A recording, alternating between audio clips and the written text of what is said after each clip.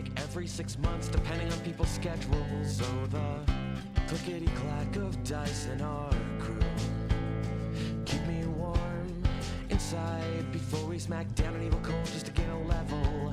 And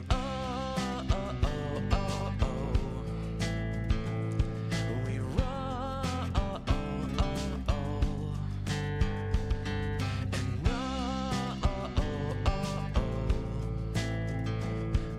roll. And we rolled a critical hit to the heart. People grow up, forget how to play, but not us, no. We laugh due to a dad joke or innuendo. Probably it's how every adventure that we create is our own cinematic universe, and it ties us together, and we will never forget.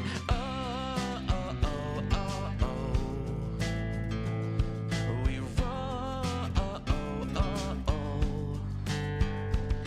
Yeah. Yeah, we rolled a critical hit to the heart. We will never, never, ever forget. We will never, never, ever forget. We will never, never, ever forget. We will never, never, ever forget.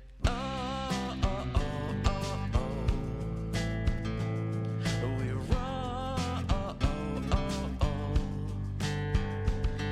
And yeah, we rolled. Yeah, we rolled. Yeah, we rolled a critical hit to the heart.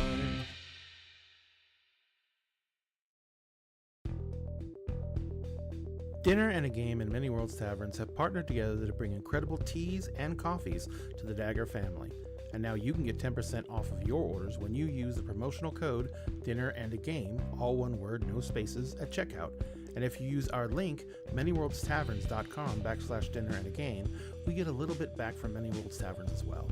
Support excellent products from an incredible small business and help support Dinner and a Game at the same time. And always remember, at Dinner and a Game, we always save you a seat at the table.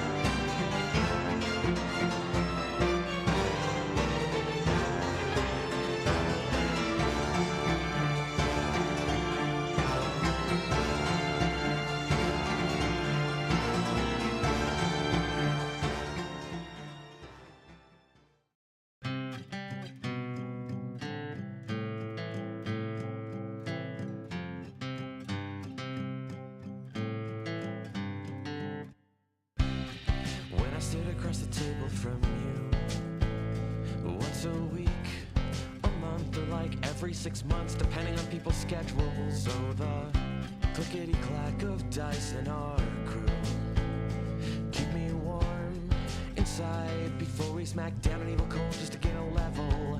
And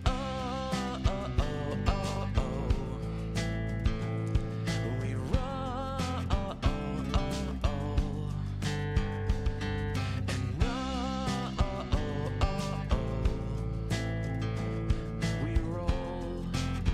And we rolled a critical hit to the heart. People grow up, forget how to play, but not us, no. We laugh.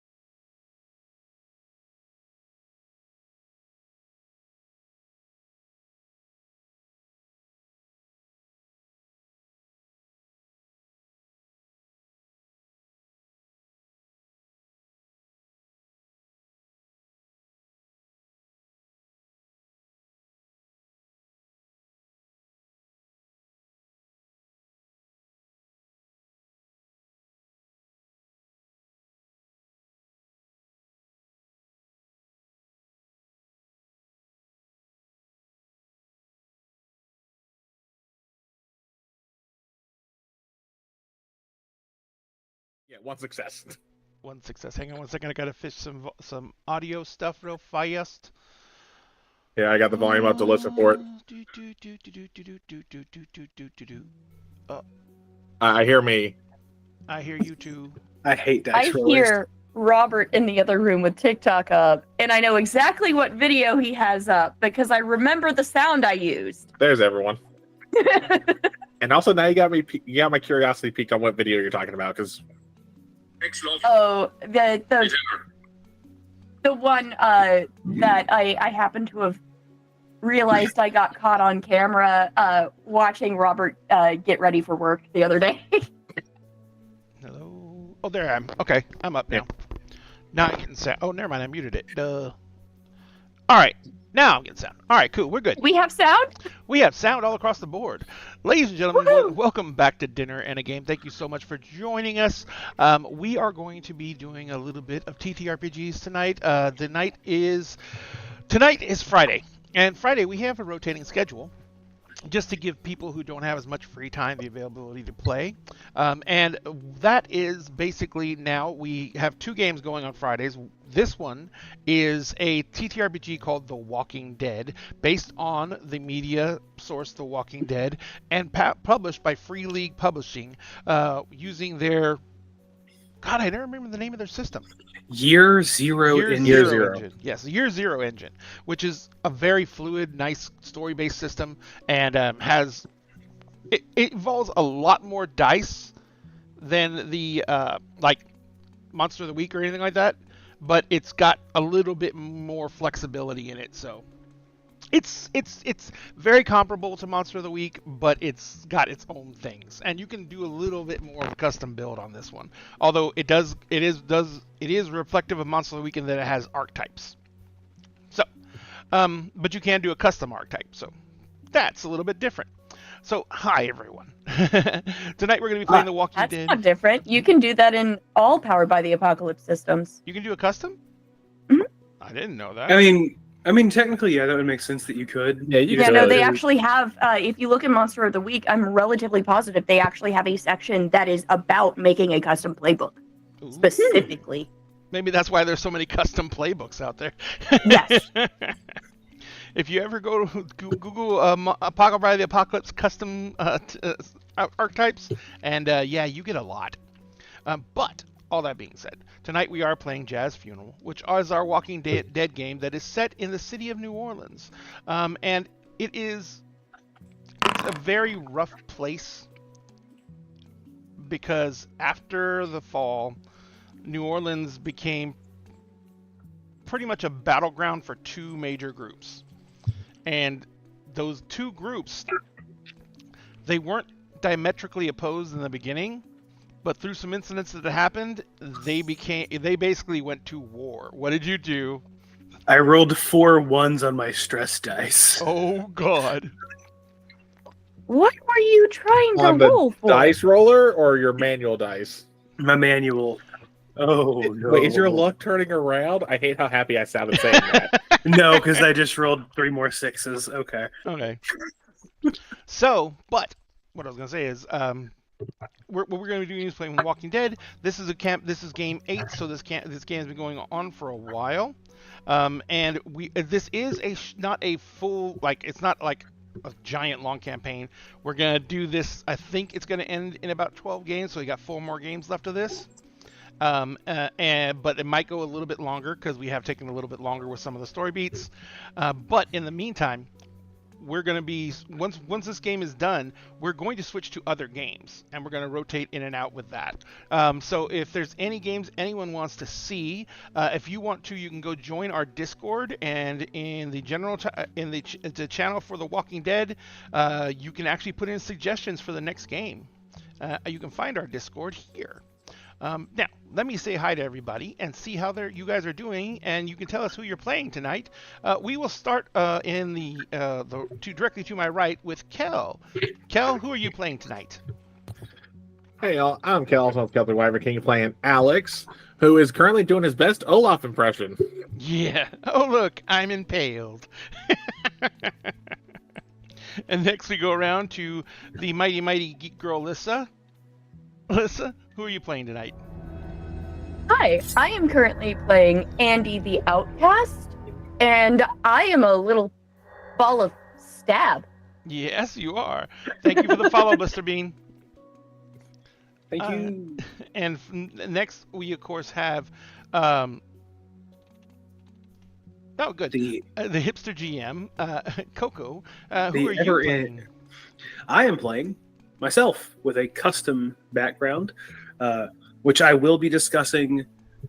I'm working on my discussing character building video right now. It just takes a lot. There's a lot of information to pack into a video and kind of break down. It's not a hard process, but putting it into words and video format takes a little bit. Yeah, is what it is. Do you actually script it out? Kind of, sort of. It's a little bit off the cuff. I have visual aids for it and stuff, which allows me to do a little better. I already shot it once, but it ended up not being what I wanted, so I'm having to refilm it. And then after that one, I will be doing a breakdown of building a custom character, because that's a little different process. It's a little bit different to do that. You have to make some pretty definitive choices without any safety net of the pre-built archetypes. Yeah. But it's not too hard. It's not too hard to do. It's not too hard. And I loved making figuring out how to make myself in this game was really cool. It's like, how do I map out my trauma? How do I map out my real world skills along with my real world flaws? How do I make that work? And I'll tell you, if you've never tried to make yourself in a TTRPG, not D&D, D&D is a terrible game to try to make yourself in. If you've never tried to make yourself in a TTRPG, I recommend trying it. It's a really cool experiment to see how you see yourself, and then have your friends and loved ones chime in too to see what they say. It was a really fun little practice. It is definitely. I've done some games where I've just dropped the people into a world and had them play themselves and everything like that, and that's been a lot of fun. But it gets kind of difficult at times because people have an expectation, and then everyone else at the table has their own expectation of what the person should be. And you can have some very interesting discussions when you hear what your friends think you should be. Yep. oh, when everyone's first thing was, oh, your empathy's high. And I was like, let me explain the difference between wits and empathy. They're like, they should be damn near identical. And I was like, got it. It's like, understood. Thanks, Gotcha. guys. So, through the lens of The Walking Dead, we will be touching on some very, very strong adult themes. So, giving you trigger warnings right now for body horror, for horror in general. And there are some things that Dinner and a Game does not touch in RPGs. You will not see a child or hear about a child getting harmed, but we have come across children who have passed away. So that's something we're not going to ever see a child get harmed on this show, but you're going to come across things like that. Episode 1, Ray. Yeah. Episode 1. Yeah. And then animals. If you have trauma with animals, The Walking Dead was actually kind of good for animals. Because the humans got taken out of the equation, and the walkers are really slow and shitty at catching them. So, so most of the animals are flourishing, but I don't really worry about the animals too much. They're not going to be the focus of the story, so you don't have to worry about that either, except for maybe gators in this part. And capybaras. Yeah, and capybaras. Or not capybaras. Fucking Nutria. Nutria. Nutrirat. Nutria. But yeah, and then we have, so that's going to be another thing, but it's going to be basically the aspects of people dealing with an apocalyptic situation and how that strips their humanity out. So, And a cult leader who likes to be hyper violent. We're going to have to see how that plays out. John Baptiste is an artist. Look, I can respect that art form. I'm really curious as to how you're going to describe what he does, if you do it all. I feel like you could. It's not going to bother me. I don't think it's going to bother any of the players. I will but I'm warn just people before I do. Before you do, it's probably the best practice there. Yeah, John Baptiste. He's not a nice guy. No, not a nice guy. Not a nice guy at all. But all that being said, so I just want to make sure we get those warnings out there. We do have an adults only warning that does circulate through chat. Please pay attention to that, because if you are not 18, you're 12. So please do not come into this chat, because we do not want to be responsible for your needing therapy tomorrow. And all that being, with all that under the bridge, we're going to go ahead and get a little bit of house cleaning done. Number one, Sphinx Akasha, who is in our Kingdoms of Mist game on Wednesdays playing our D&D 5e homebrew, and is on our Emerald Sanctum's World of Darkness multi-splat game on Tuesdays, has been nominated for Best RPG Player in a World of Darkness game. If you do not know what the Crit Awards are, please Google it. I'm going to put it up in chat here. I forgot to make... Actually, I was going to Google that today, and I forgot to do it. But the Crit Awards are a awards presentation that are voted on by the viewers and watchers and actual members of the tabletop RPG community. And they give awards for everything from, best player in a game, and they'll do all the different game genres, and then they do other things like best dice maker, custom dice maker. That's another one. And so if you want to see who's been nominated on the 16th, the nominations go live, so you may actually begin voting for the winners. And I'm going to put this up right now in chat, and then I'm going to add it into the recycle bin there for the constant chats going through.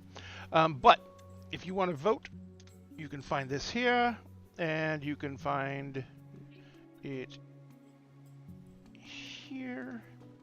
And if you go through that, you can go to vote for the Crit Awards starting on the 16th. And so we are very, very proud of Sphinx, and he is amazing, and we hope that you guys will go check out the Tuesday's Emerald Sanctums games, because they are really, really incredible. And we've been playing that game for almost 3 years, so they're kind of like little gods now, and it's kind of hard to challenge them. So, all that. Oh, and if you want to support Dinner in a Game, I keep forgetting stuff, I'm sorry. Server?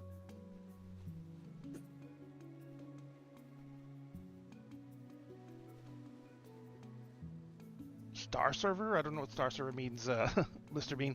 But the Oh, if you want to support Dinner Game any other way, we do have merch. We No, what Bliss was saying is because Kel posted in Grim Songbird's server the link, they were able to finally find us because they'd heard us talked about on ADH Adventure and Grim Songbird's channel and everything, and they'd heard good things, but they hadn't been able to figure out where the hell we were until they saw the link. Yeah, because I spam like 10 servers now with how many I'm in. Well, I count on you guys to do that because I handle everything else. But if you guys want to vote in the Crit Awards, please go there. If you want to support Dinner and a Game by buying our merch, we have custom T-shirts, we have custom hats, we have custom pint glasses. Just about anything you think of, we have it with our Dinner and a Game logos on it, and a lot of them have some of our Dinner and a Game custom art and sayings for the shirts, such as, I didn't ask how big the room was, I said I cast Fireball, or my favorite, only the tears of my players can quench my thirst, cry for me. But all that being said, this is the best way you can help us out is by liking and subscribing to us on any social media. All the money we get goes into production costs for Dinner and a Game, and some of those production costs we do actually pay our game masters, who are not me, to run games here, because this is my channel. So, everything is my channel. But if I'm going to have other people creating art on my channel, I want them to be properly paid for it. So our game masters who run separate games for us, run separate campaigns for us, are paid an hourly rate for that on a contract basis. And in order to be able to afford to do that, we have to have revenue coming in from Dinner and a Game. Now, all that is basically the entire gist of it, and that's why we try and actually fundraise as much as we can. We also have a partnership with Many Worlds Taverns, and if you want to go check them out, they have great teas, they have great coffees, and if you use the link, you'll get 10% off your order. And if you use the discount code Dinner and a Game at checkout, we'll get 10% sent to us by Many Worlds Taverns as a bonus for us helping them out. And they're a wonderful ethically sourced company, and they have great products, so go check those out. I'm tongue tied tonight for some reason. So what we're gonna do is Coco, you did a recap on TikTok. Do you want to do a quick recap? Yeah, I can do that 100%. Ooh, do you want to do this as our very first what's it called? What's the term? Dearly Departed. Dearly Departed? We've never done a Dearly Departed. We haven't. Sure. So let's set a scene for it then, because where you guys left off is you guys were in pretty much, I think we had all gone to bed. We should be coming to in the next morning. Yep. And so there's a cat butt in her face. But there's so in the morning, Andy, you're actually able to get up and move around, even though you're incredibly sore and incredibly stiff. Alex, you're not. Your insides are being held in by bandages. That's an understatement. You're breathing through a tube in your chest. Oh yeah, you have a collapsed lung. Yeah. So Coco, what was your character's going by right now? I can't forget. Joshua. Joshua is what they know me by. Yeah. So Joshua is the only one who's actually fully mobile right now. So Andy, I'm gonna take a little liberty with you. Since you guys are in bedrooms upstairs, you kind of wandered over into Alex's room just to take a look at him. He did throw himself in front of a grenade for you, and he did almost die. And Joshua, you can hear, because unfortunately Andy can move, but it hurts. So you can hear the little gasp as she's making her way across the hallway. So as they make their way across the hallway, and as you hear that, you kind of get up and go check and see what's going on. You see them coming into the room, and Alex, you have not really gotten a lot of sleep. It's mostly exhaustion, but remember, I did hit them full blast with morphine. They should have had a couple of hours. Yeah, about 3.5, 4 hours of actual rest. And then the only thing, because you can't keep on jacking him with morphine. No, can't So keep doing that. The Yeah. only thing he's really been able to do is like, and that you have readily on hand is like fucking ibuprofen. Mhm. He's taking like 800 milligrams of ibuprofen at a time. We have more. Here's we some just have to get Tylenol. to it. Here's some ibuprofen. You can take up to 800 milligrams of this at a time, and I think it's technically 200 because No, I think each of the Tylenol pills are normally like 100 a piece. No, right? it's you can take up to 1,200 milligrams of Tylenol. Okay. Because Okay, I don't remember how much Tylenol arthritis. that one from is. an old person's point of view, it's 2 600 milligram tablets, and you take them both. Yeah. But so you're literally, it's, I don't know, Kel, if you've ever been in this type of pain, but there is a level of pain where all your body can think to do is try and breathe, and your body reacts to the pain as if it's running a marathon. You are doing nothing but sweating, and breathing hurts. Everything hurts. The Tylenol and the ibuprofen are a joke. Yeah. They don't do anything except for when you don't take them, and then you notice it. No. IRL never been that kind of pain. Cause hell, I've never even broken a bone. Knock Lucky on bastard. something. lucky, like literally noticeable scar from me breaking something. No, the only surgery I've ever had was an adenoidectomy. That was only because they had to rip out my adenoids. So I have a permanent crack that you can feel where it healed down my skull. Literally, if you feel the top of my head, when I was we're all like I was- battle wounds. We are I all was fucked 3.5, right? And my brother got mad at me while we were playing in the yard and picked up a fucking rock and clocked me upside the head. No, I mean, So- I ran straight to the corner of a coffee table when I was 2 years old and and walked it off. Will got timeout. I got sherbet. I got sherbet and stitches. Actually, we, yeah, didn't, hell, we didn't get stitches because all they would have done was some was dirt on it. essentially we had butterfly stitches. That was all I Yeah. needed. until I had one of my teeth extracted a few months ago, I never even had stitches in my life before that. You're a very lucky man. And that's after I've stepped on a beer bottle glass taking out the trash. I have had stitches and staples, and I have had head wounds. Head wounds bleed so much. Oh yeah. You know what doesn't interestingly bleed? Wounds to your eye socket. Yeah. I had a stick go in my eye socket and push my eye out of the way. And it doesn't bleed. Well, it's because it got pushed, not Mhm. because it got punctured. Oh no, it went through my eyelid. Oh. Yeah, that didn't Huh. bleed. But maybe because it's, never mind. It's such a thin membrane, it's so small. Probably Yeah, I doesn't think have it's enough blood because the vessels. thin membrane more than anything. So basically, it Either way. went through my eyelid right here, it pinned my eyelid closed, and shoved my eyeball to one side. I'm not very smart. All right, so in the meantime, these lovely people, as you kind of gather as a group, you're kind of sitting there, and everything is kind of hitting you, because this is really the first time that you've had any type of calm to actually sit there. And even Alex, you can tell even through all the pain that that everyone is basically having that type of moment. They're reflecting on what's going on. And as that happens, because the dearly departed monologue is an internal monologue from the player. I want to pull us back a little bit. I'm not with them. I am in my room doing my task I mentioned at the end of last episode.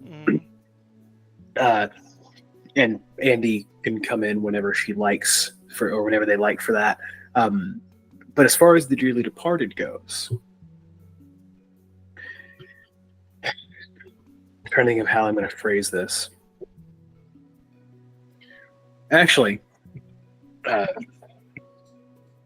we open on me a leather-bound journal that's been beat to fucking shit. It looks like it's been burned, gone through water, but it's holding together, right? And I'm just kind of writing in it. I've only been here for 3 fucking days, and it's already gone to shit.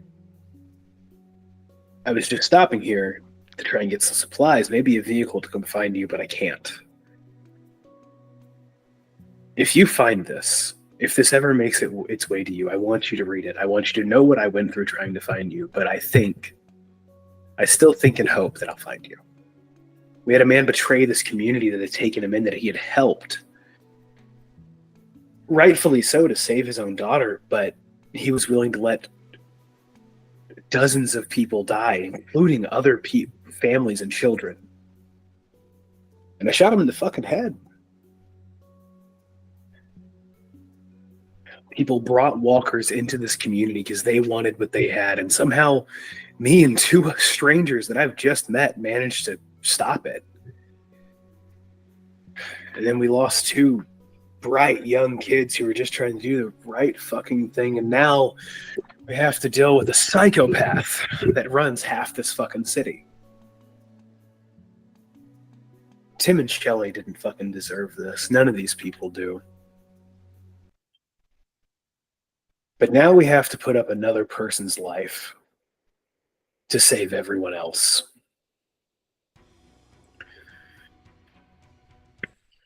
Luckily, there's a coward here. Someone that these people trusted who left them for dead to save their own skin. So it doesn't seem too hard of a decision. I hope by the time I see you again, the things I've done won't have changed me fully, but at this point, it looks like there's going to be no other choice. And I put a pin that I keep inside the journal back into the journal. I wrap it closed. I have a big rubber band that I put around it, and I shove it down and back into my bag, and I pull out a small little Altoids tin. Has a little candle in there, has a needle, has a little bottle of ink. Light the candle, and I get everything set up, has some alcohol wipes, and I wipe everything off and get it all cleaned. And I start to do my work on my side. Gotcha. Do you want me to roll now for the double low for what that does for us? Mm-hmm. Okay. Does everyone do one of those, or is just one person? No, it's one person chooses, and either that person can take the experience, or the group can have the experience split.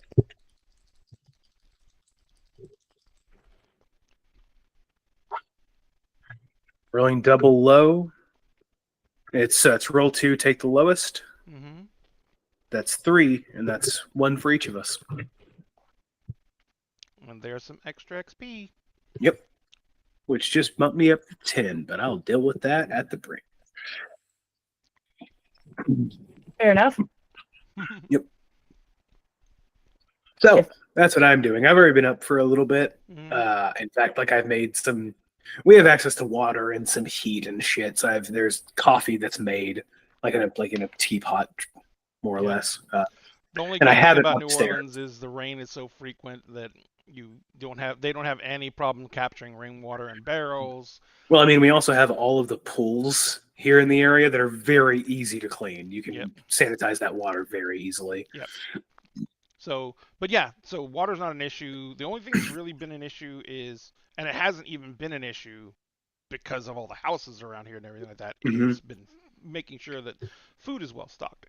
And so, but that's going to run though. Yeah, but I was going to say, apparently, it was good enough to where what's-his-name could be storing some of the excess food in one of the houses while still bringing food back to this group. Enough that it is mind-blowingly stocked, and he still hasn't hit all of the houses.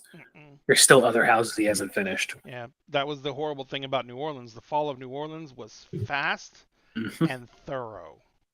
Yep. Well, and there's also the fact that we still haven't explored that Dick's Sporting Goods warehouse yet. And also, for all we know, there's all those freaking camping MREs and shit. Well, that's part of what's in here is he had brought some of the MREs here. He had hit some grocery stores. He had hit several places around here. By the way, you had described to us a map of New Orleans with little things marked off down in that living room. Now, when I had gone back to get Dave's body, Was it down in the living room? you said it was in the living room on a table. It was either there or upstairs. I think it was on the table in the living room. Though that wouldn't have made a lot of sense for him to have it down there. I thought it would. No, it was upstairs in a tower thing, wasn't it? Because I know Observation you post. had in the observation post, you had all those points marked Mhm. around on the windows and the glass. And on the everything like that. windows and glass and everything. So I'm guessing the map was up there laid out. Mhm. Yeah. Could we say that possibly I had made my way up there when they were getting Dave's body out? Sure. I mean, just because I wanted to get that map. Okay. Unless in that like his journal that I had gotten, if there was a secondary map in there or anything, I figured he was that in that house or was it in the gun safe house? No, that map was in the house where he was storing everything. I remember it very distinctly. Because No, you're right. You're right. Yeah, I was like, I have to get that before we leave. Got it. And then Walkers And Daniel Walkers. and Zach, And who I promptly shot in the fucking stomach. if there's a bad way to go, that's about it. Yep. All right, so He deserved it. of course he deserved it. I don't Yeah. think anyone's going to argue that. Weird. Anyway, so you guys are so you did that before. I'm saying you basically did that before Andy woke up. Yeah, I would have gone and like I would say at this point in time we probably fell asleep right after dark. It was not very late. That's kind of how it goes now. You typically fall asleep right after dark. And for it being like March, that would still be because it's March right now in game. It should be March 27th because we started on the 26th. Don't ask why I remember that shit, but here we are. Gotcha.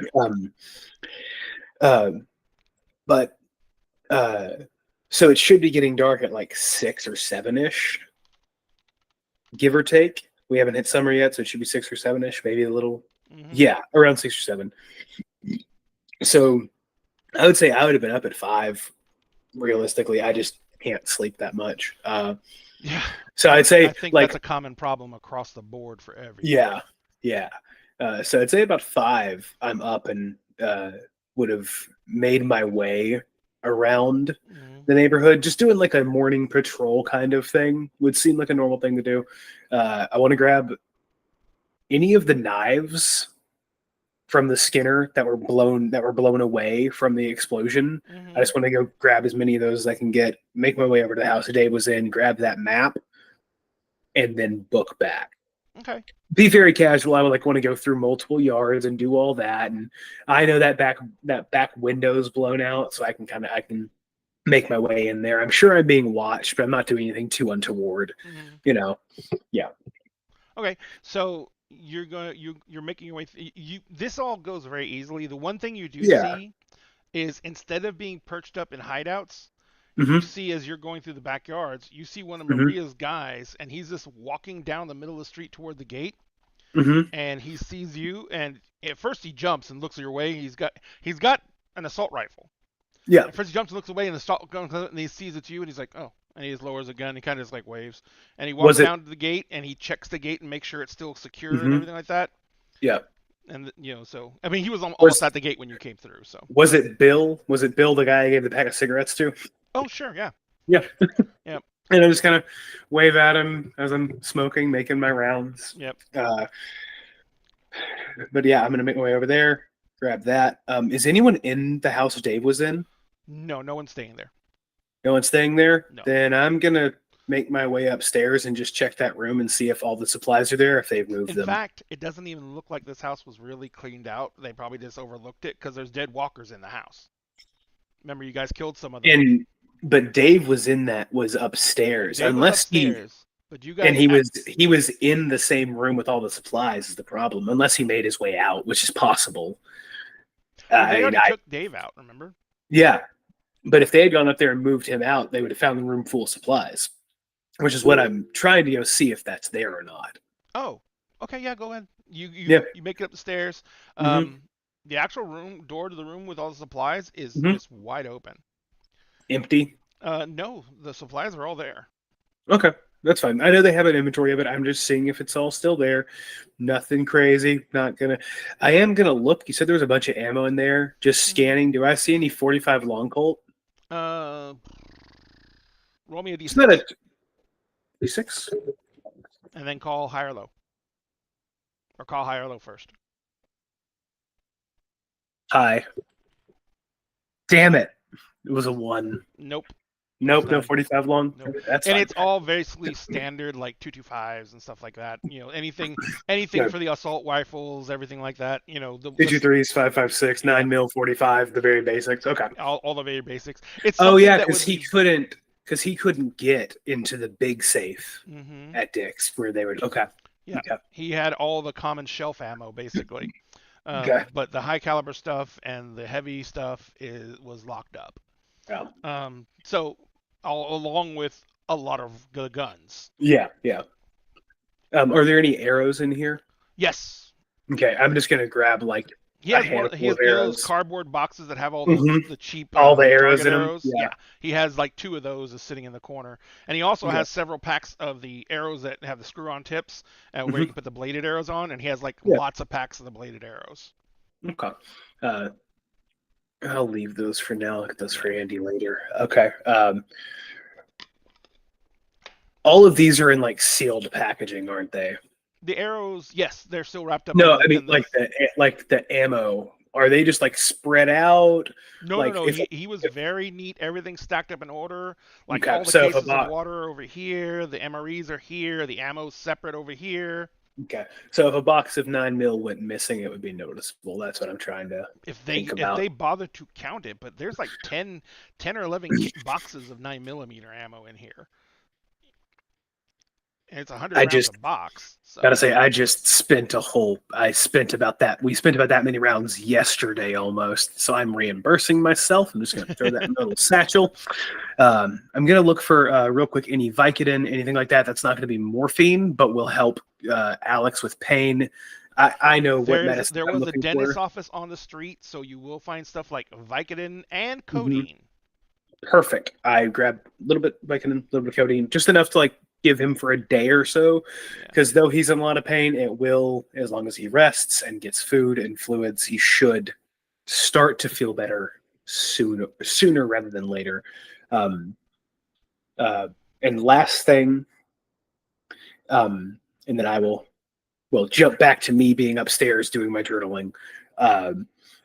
Any like powdered soup or broth packets?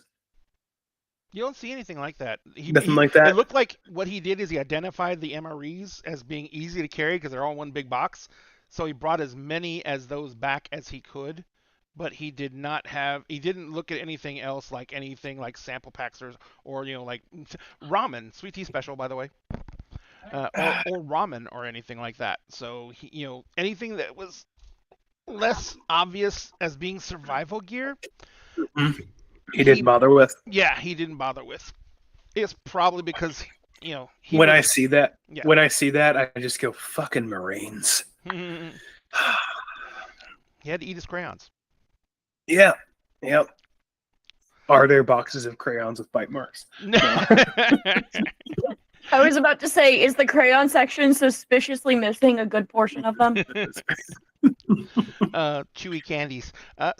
But yeah, you guys, you see all that stuff in there. Like I said, there's and there is 6 cases of MREs in there, and the cases contain something like About 500. No, Oh, like flats? no, not not boxes, flats. cases. Cases, yeah. Okay, not okay. I was thinking boxes. Yeah, 'cause you not the can get boxes those- they put on the shelf. The case those Yeah. boxes come in. God damn. Okay. And he brought Well- 6 of those back here. How did he get those fucking back here? That man was a workhorse. I mean, fuck you, man. Motherfucker found a wheelbarrow. There were plenty here. Actually, all he really needs is a dolly or a flatjack. Yeah. So, but yeah, there's 6 cases of MREs in here, and there's also there's one thing that you see right away there are 3 water purification stations. They're still in the box, but you can read what the box says because it's daylight now. And so they're 3. You didn't really notice them because they're like. Actually, you didn't notice them because there actually is a closet in this room, and they're in the closet, like the towel, like the linen closet kind of thing. Yeah, and they're in the bottom of the linen closet. But basically, it's a complete setup that is designed to be taken with you. It's on hiking gear. It has its own little bag that can be strapped to like a backpack. It's like about the size of a God damn it, tripod bag, like a professional tripod bag. It's about the size of that. And it's designed to be set up and run, and it basically is a purifier. It runs on propane, and it just basically boils off the water and runs it through a filter. There's also there with it is a case of replacement filters. I'm gonna eyeball that. I'm gonna go take a look because if I remember correctly, there were windows that could see out onto the street from the second floor. I'm gonna just kind of take a look out that window. Just kind of see do I see anyone around immediately? Any of the reclaimed? About 3/4 of the way up the street. The Bill. Okay, he's about 3/4 of the street. About to go, basically, he's about to go around the corner and coming back. And you know what Mariana's doing? She's basically having them walk patrol. Or what Mina's doing? Yeah, they're having them do patrol. And I wasn't like trying to hide myself moving through. I was just moving casually. I just don't want to spend too much time in here. I'm gonna grab that box of ammo. I'm gonna eyeball those.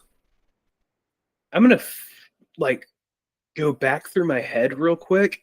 There was like in the top room.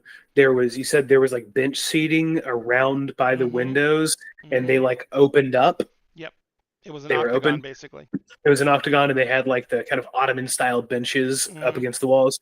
I'm going to grab one of these filters. I am going to make sure no one is in this house with me real quick. If I can just do a scout roll just to see that no one's here with me, just listening really closely, because I want to go hide one of these if I can. Then you need me to make me a roll for the listening thing. For scout? Yep, scout roll. I'm down to 2 stress, by the way, after I slept. Yay! Oh, and for anyone who slept, drop down 1 more stress. That is none on there. None on my stress dice. And 2 successes on that. 2 successes. Yep. Oh, thank you for the raid, Starfield. Hey. Really so you basically don't see or hear anyone in the house with you. So there's no visible movement. One thing we really forgot to do, because we do have some new people on tonight. Where they are is they're in an area in New Orleans called Metairie, and they're in a private housing development that basically has like half-acre mansion lots on it. This is a very rich, wealthy subdivision. It's a walled, gated community all the way around. There's only like 40 houses in it total because the lots are huge and the houses are huge.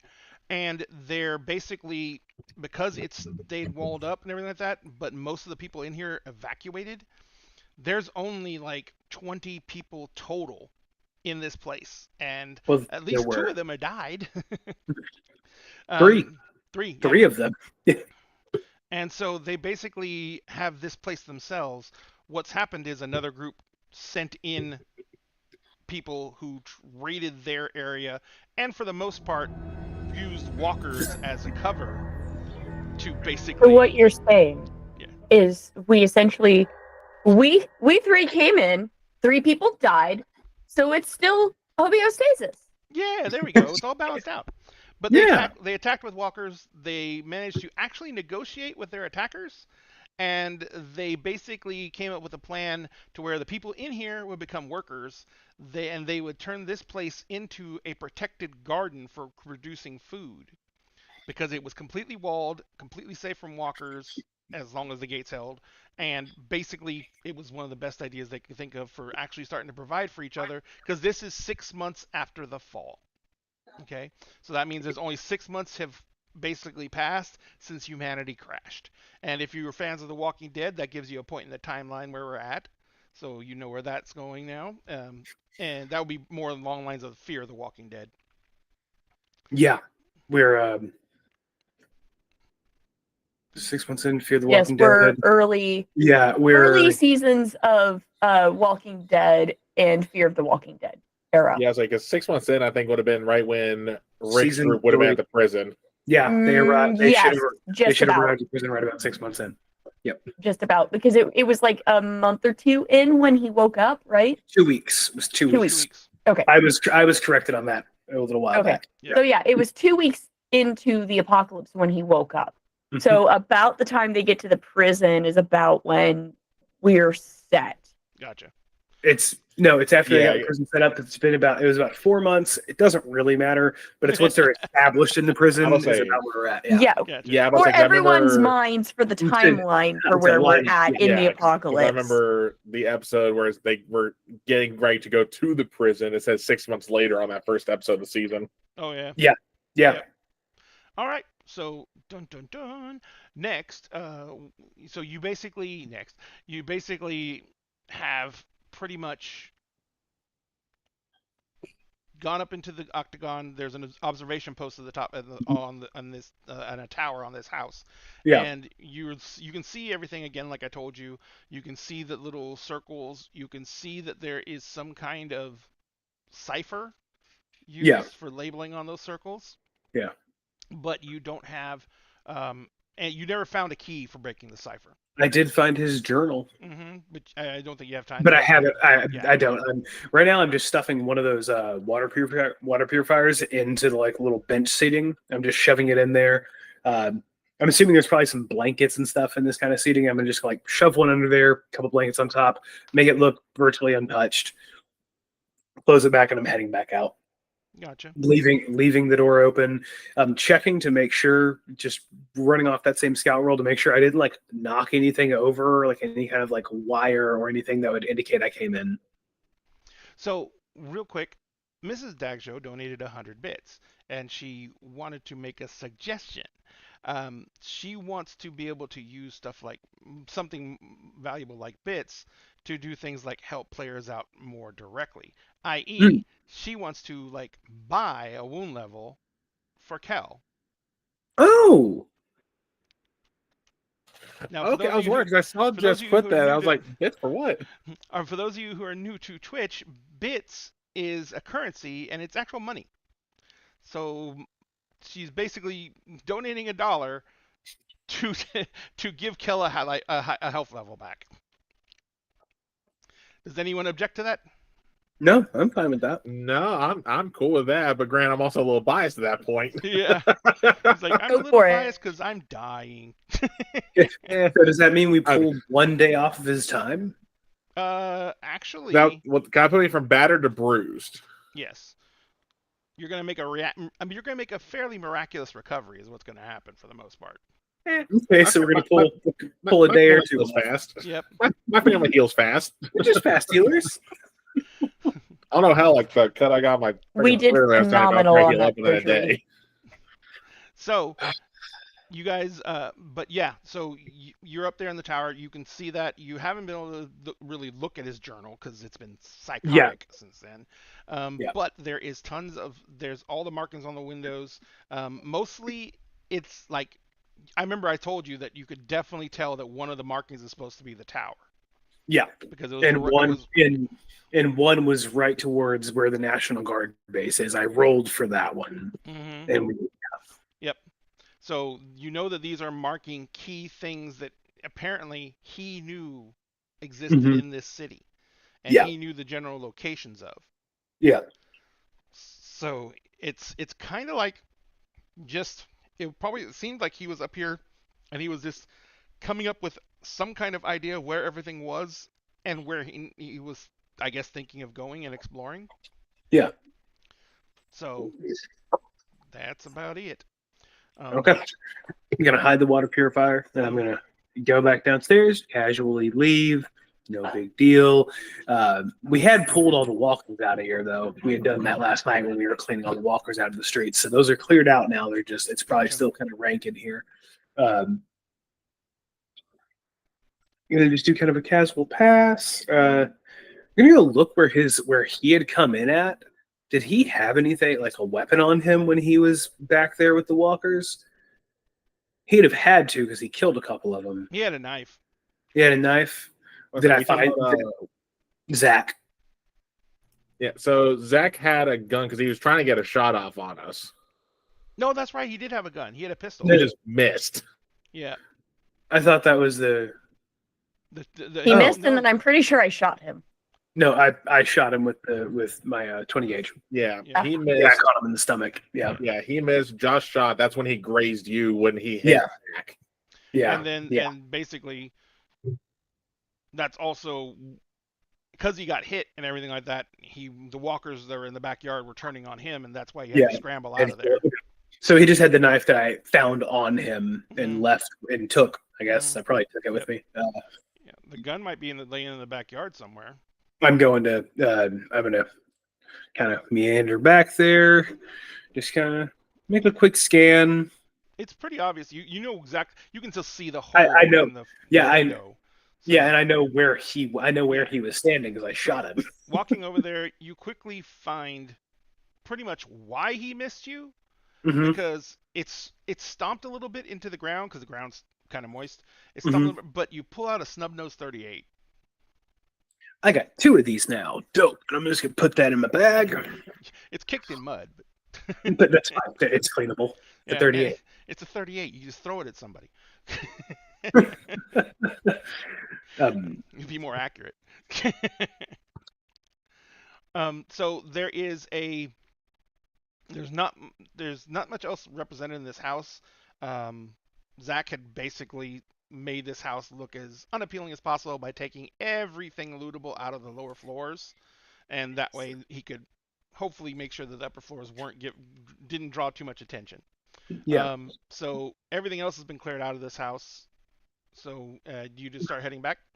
Yeah. I'm just gonna throw the pistol in there, head back, not trying to hide, just gonna go make my rounds through the backyard. I'm kind of checking the wall, doing all the stuff to look like I'm just monitoring everything. Mm-hmm. The whole time, I will say I am by myself. I'm talking to Shelly and Tim the whole time that I'm going. Gotcha. No longer talking to Zach. Maybe when I'm in the house, maybe there for a moment, but the rest of the time I'm talking to Shelly and Tim. I'm just gonna make my way back to our house, go put on some coffee. Hydrate. Gotcha. All right, so what goes on? Go ahead. And finish the journal and begin to do my work on my side. Oh, if you're gonna look at the journal, I need you to make me. Not his journal. Oh, your. I was finishing writing in mine. I'm gonna have my coffee, do what I have to do for the brain, and then I'm gonna spread that shit out. So, is there anything you want to do in preparations for Jean Baptiste showing up? Yes, I do, but I want to have a conversation with them first because they're the 2 that I trust the most here. Okay, you're back in the house, so you can go ahead and talk to them. Okay. Well, I figured this is about the time Andy would probably meander into my room. I've been in there. As you walk in, you just see me. I've got like borderline prison style needle and ink, and you see a series that you saw previously. You saw what looked like just some random lines, and you see now it's tally marks going down the right side of my ribs, and you can see that there are 2 fresh ones there, and then there's on the left side of my ribs, there's 2 more fresh there, and there's far less on the left side than the right side. And on the ones that are finished over here, you see like some Vaseline rubbed on them, or something akin to Vaseline. Yeah, and I'm kind of doing. You're doing the prison tatting yourself. Hey, look, these are important for my mental health. Okay, These are important for my mental health. It's They called are. stabby stabby serotonin, damn it. Stabby. it's called never forgetting what you've done. It's how you get. Fair enough. How I'm getting through. Yeah, you're just gonna. Is there a cigarette out of my mouth? I'm just like jabbing away at my ribs as you walk in, and I'm just like, yeah. The fuck are you doing, Josh? So the right side is for the people who deserved it, and the left are for the people I couldn't save. Fair? Fair. It's what I had to do to get by when I was by myself.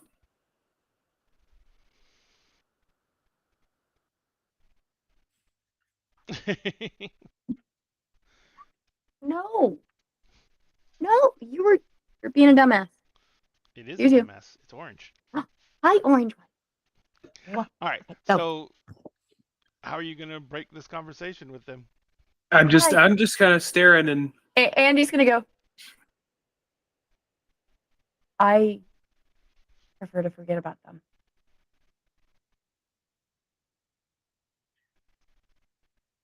Not that I don't remember their faces in my sleep. I do that too, but this helps me keep something physical to know what I've had to do. If you know what I mean? So the ones over here, I'm fine with. The ones over here are more important. And you see there's about, I would say there's probably 10 over here, but there's 29 over here. As of yesterday, there's 29 marks over here. Boring. I don't think this is forever. It's just how I'm getting through right now. You know what I mean? Yeah. We'll do what we have to. Oh, it's where are you guys having this conversation at? this is in the room directly across from Alex's room, and I'm sure he hears at least. He can definitely hear us. Yeah. And when you woke up, there was like some Vicodin and some codeine stuff like that was sitting waiting for you when you woke up. So I was just asking to make sure it's like if Alex needed to respond, but yeah, no, if he's in a different room, he's even saying crap right now. No, probably not. From you down can the hear hallway, it. You hear Mina's voice, and she basically says, "I got bad news for you, buddy. Tattoo removal is not really a big thing right now." Oh, I'm fine with it not being removed. I just don't think I'll continue to do it forever. You know what I mean? Yeah. We all deal how we deal. She walks in. How are your troopers doing? She kind of looks at Andy sitting there. Is like, "Good to see you on your feet." Did you ever meet Mina, Andy?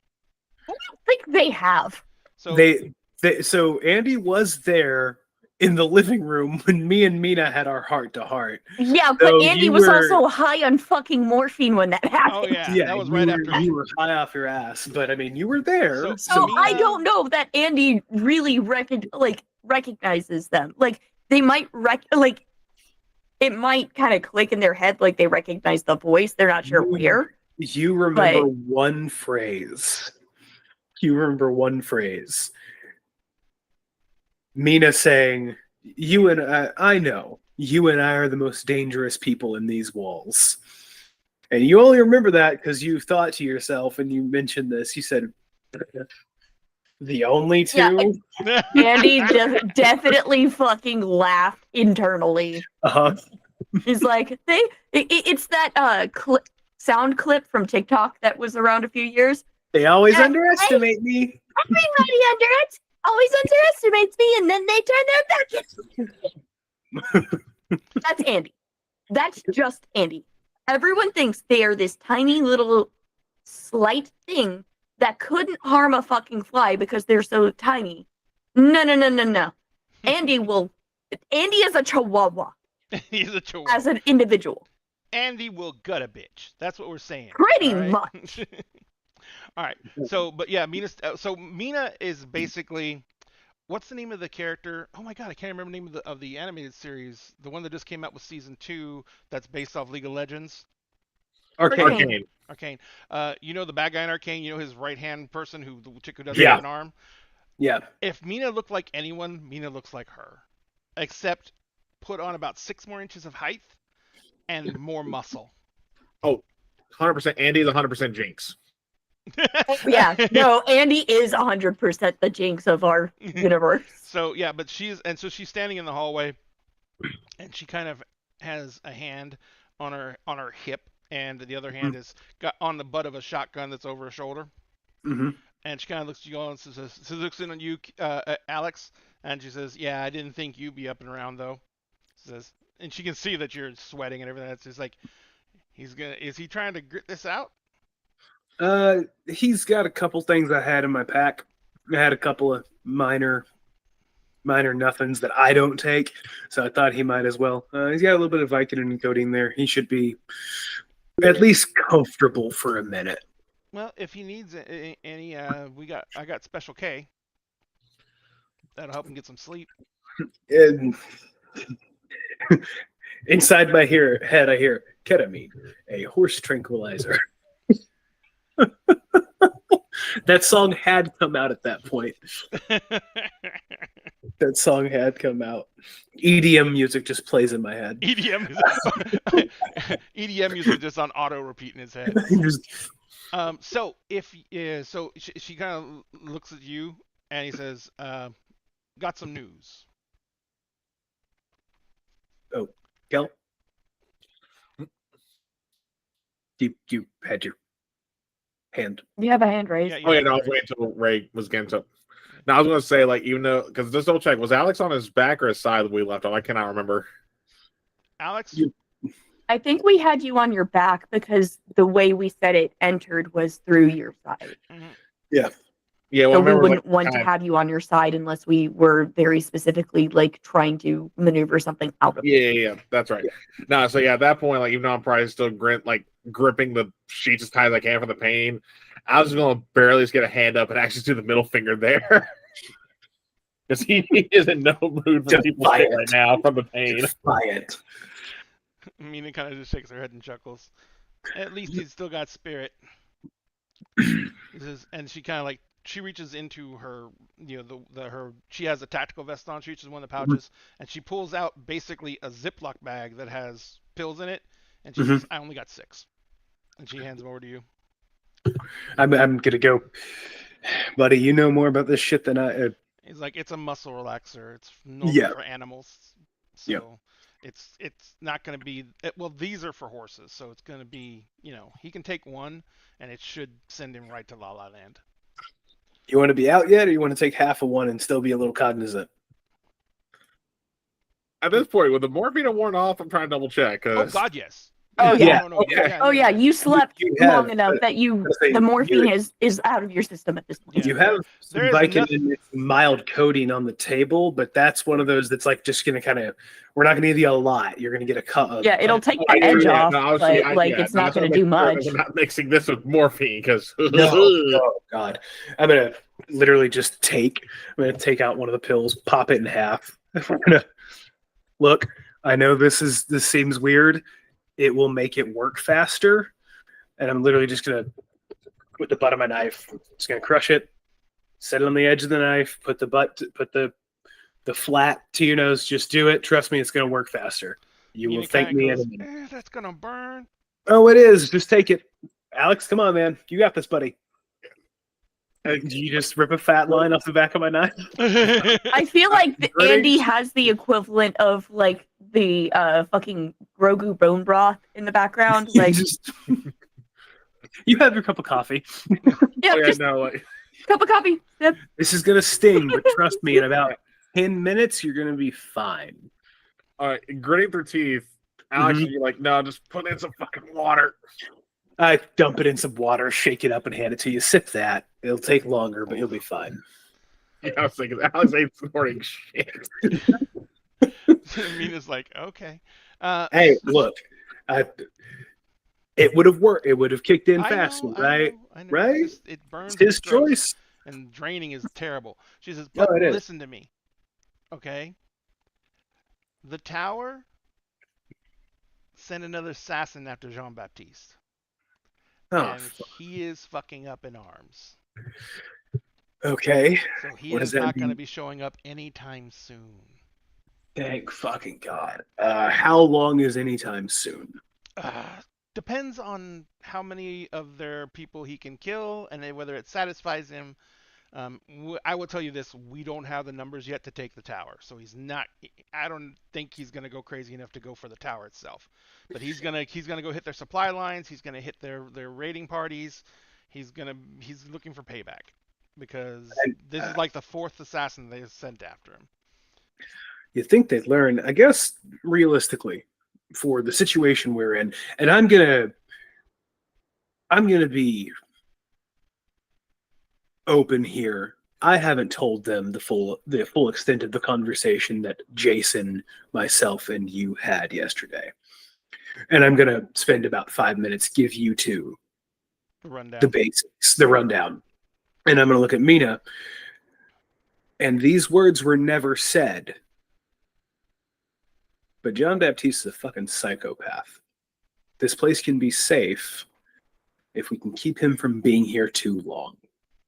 Mina says, the good news is John Baptiste does not have a large attention span for things that don't really interest him, and I can tell you that farming does not interest him. I would assume unless it was unless we were farming poppies. Unless we were farming poppies or bathing the fields in blood, I don't feel like he'd care. But and I do give y'all that little bit of it. Let's not. Are we allowed to? He might take that as a new art project, so let's not even bring that up. Not like farming the poppies, but are we allowed to have some in the garden?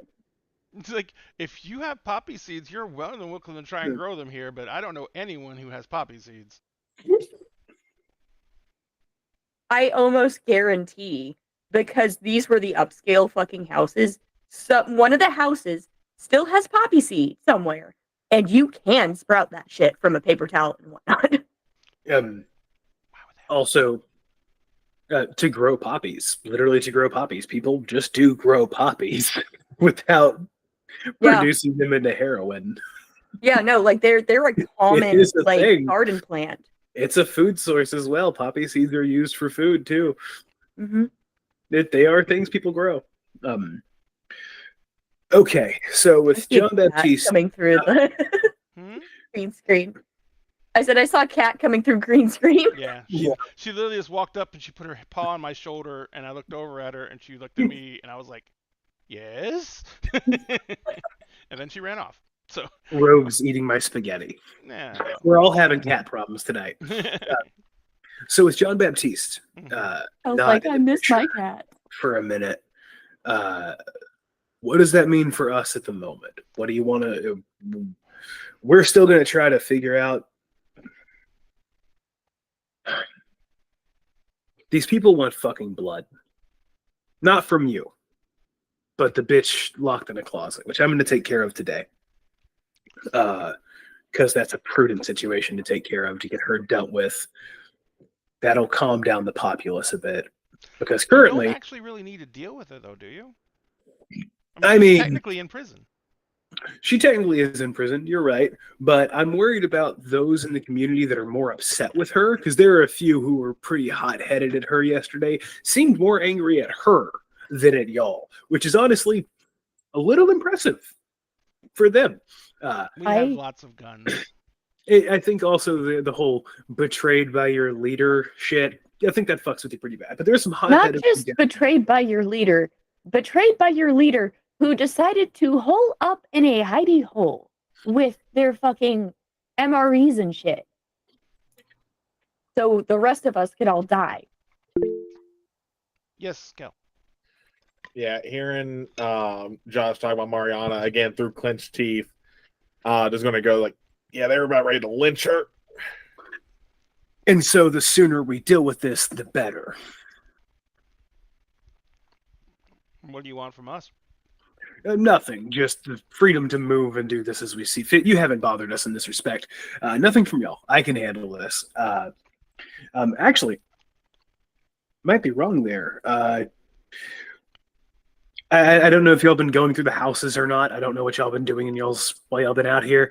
Because there are houses that I think Zach never hit. So clearly, y'all are free to do as you please. But if you come across hydrogen peroxide and rubbing alcohol, it could help me here. If you happen to come, everyone. well, I could get her out of the closet. Oh, I got you. Yeah, I could get without hurting anyone else, which is my goal. I would like to get her out without smoking out everyone else. Well, she has to have an air inlet and an air outlet. So if you find the inlet, then you can just smoke her out. Yep. At least, Alyssa, what were we gonna say? Andy's gonna speak up. Can I have my RFID reader back? Who took that? When I had to leave my stuff after jumping out the window. Oh yeah. Was that? Well, you didn't. Did you? Would that have been like on your person or in a bag? I mean, it's about yay big. It could be on a pouch on your belt, realistically. True. She said. I thought that was one of the things I lost, though, is why I said that. Oh, She says, was it in your bag? Mm-hmm. I think all the gear they took off of all the gear they took off the dead, and you, because you got away, but is in the house. So, what's she says? She basically asks you what the pack looks like. You describe it. And they describe it to her, and they're like, if I get it back, I might be able to pop that fucking door open. I'm pretty sure if it's here, it's in the house. No one would have taken anything extra because John Baptiste likes to look at the artifacts that the people bring in. Okay. I openly chuckle. God, that guy's so fucking weird. But they call them artifacts. The world is the world. Because we're all now history. Mm-hmm. But we're still here. And you better as a world, we're pretty much goners, is what John Baptiste thinks. And so you better live your life to the fullest every day. Do you know what John Baptiste tends to do if he finds that cache of food? I don't know if you've heard this, but he's very public about it. He talks about it on the radio all the time. What? He's going to burn it. Oh, that whole cache of food in the house? Mm-hmm. Okay, so cool, we will take care of that. I'm assuming, look, we're going to work together here. So that would have been ours had y'all killed everyone here. It would have been yours. I think it's only fair. We split it between us, realistically, if we're working together here, right? We'll take some of the MREs over here. You'll take some over there. Hide them as you see fit. However you see fit to do that.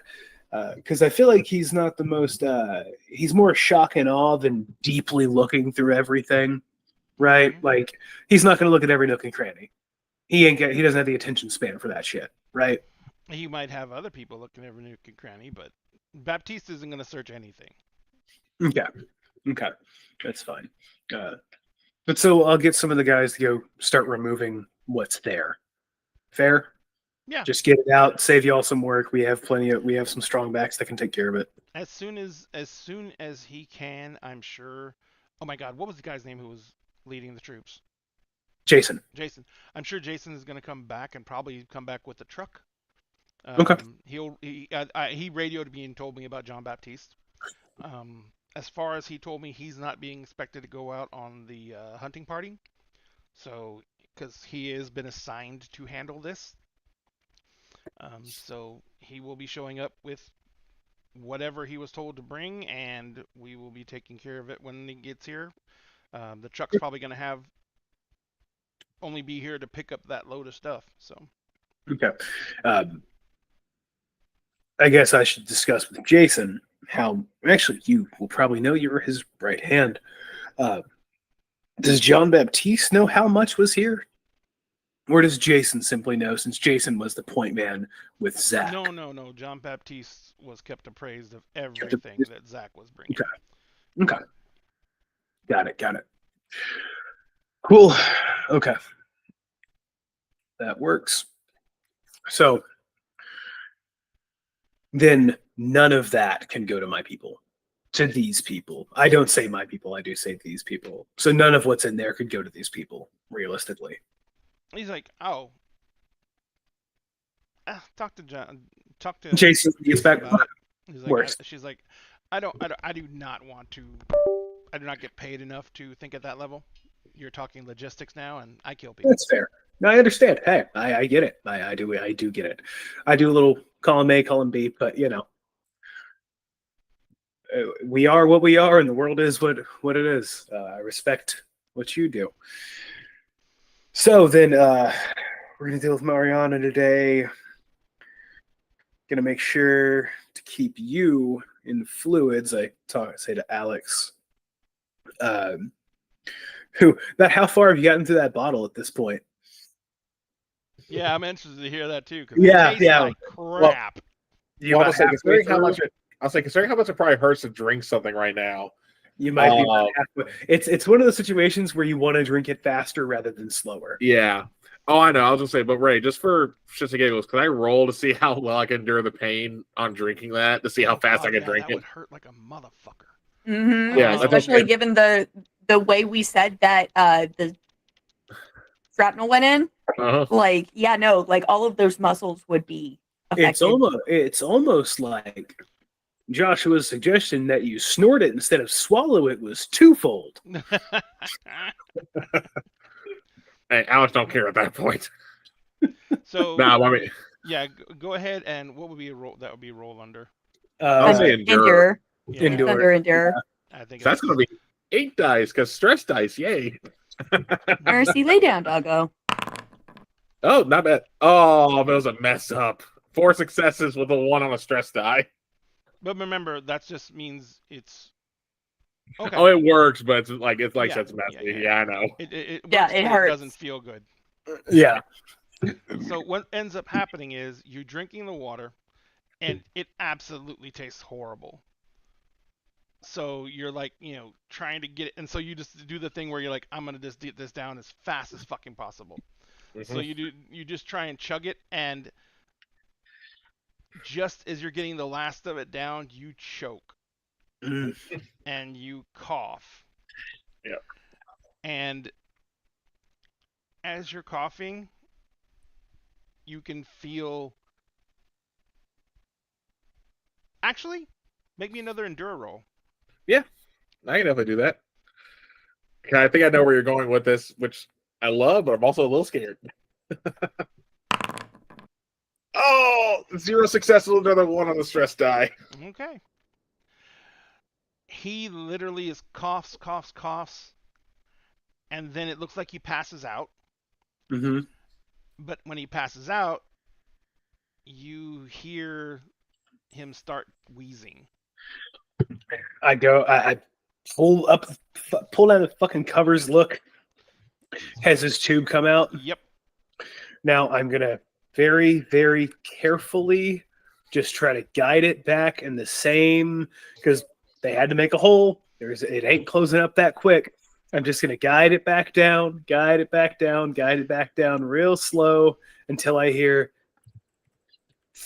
it start going again. The hiss. The hiss. Until I hear the hiss. Yeah. All right. So I'm not giving you any more wounds for this, but it did knock you. You did basically knock yourself unconscious due to pain, and then your lung, your collapsed lung, basically recollapsing, was not good either. So, Andy, can you grab me tape? He should have a little medical bag over there. Can you grab me the tape out of there, please? Yeah, it was taped to him. But yeah, the tape got loosened due to all the sweating from the pain and stuff like that. So yeah, so I'm holding it in place. I'm reapplying some tape and Andy had right. the tape, medical tape over. I just go ahead and take care of it, and I look down at him. You dumb mother. Andy kind of just looks at Alex and then looks at Josh and goes, "He should have just fucking snorted it." He should have, right? Okay, he's going to be out for a couple hours, especially when that kicks in. He should sleep pretty good. So, Mina? She looks at you and says, "Yes, doctor."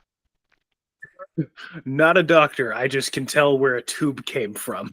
I'm actually not real good at that shit. That's been more luck than anything. But I also watched a lot of. She looks at all the setup he's in. She says, "Who did that?" We already talked to her about this. Oh, you did? We spoke to her about this, and she told us. Yeah, we talked to her about the nurse. She said to not mention to John Batiste that she's a nurse because she will be taken. Yeah. Amina says, remember to keep, if Baptiste comes here, this type of shit, the tube, everything like that has to go. Oh yeah, I'm pretty sure if we have, judging by how well he's healing, because he's doing way better than he fucking should be. I'm just gonna say it. Wait, Grey's Anatomy was around at this time, right? ER would be the more relevant one. ER would be. I mean, Grey's Anatomy would have started, but ER would have been the one. I was about to say I watched a lot of ER as a kid. I just finished. Well, I'm on the 15th season. 15th season. So also, even though there's freaking 15 seasons of that what shit. What year are we in right now? 2010. 2010. And ER ended in 2005. Yeah, Grey's Anatomy has been on the air for 5 years. So. Yeah, but I mean, ER is more prevalent. This is prime medical drama time. Yeah. We could easily just say, I saw it on Grey's Anatomy before the end.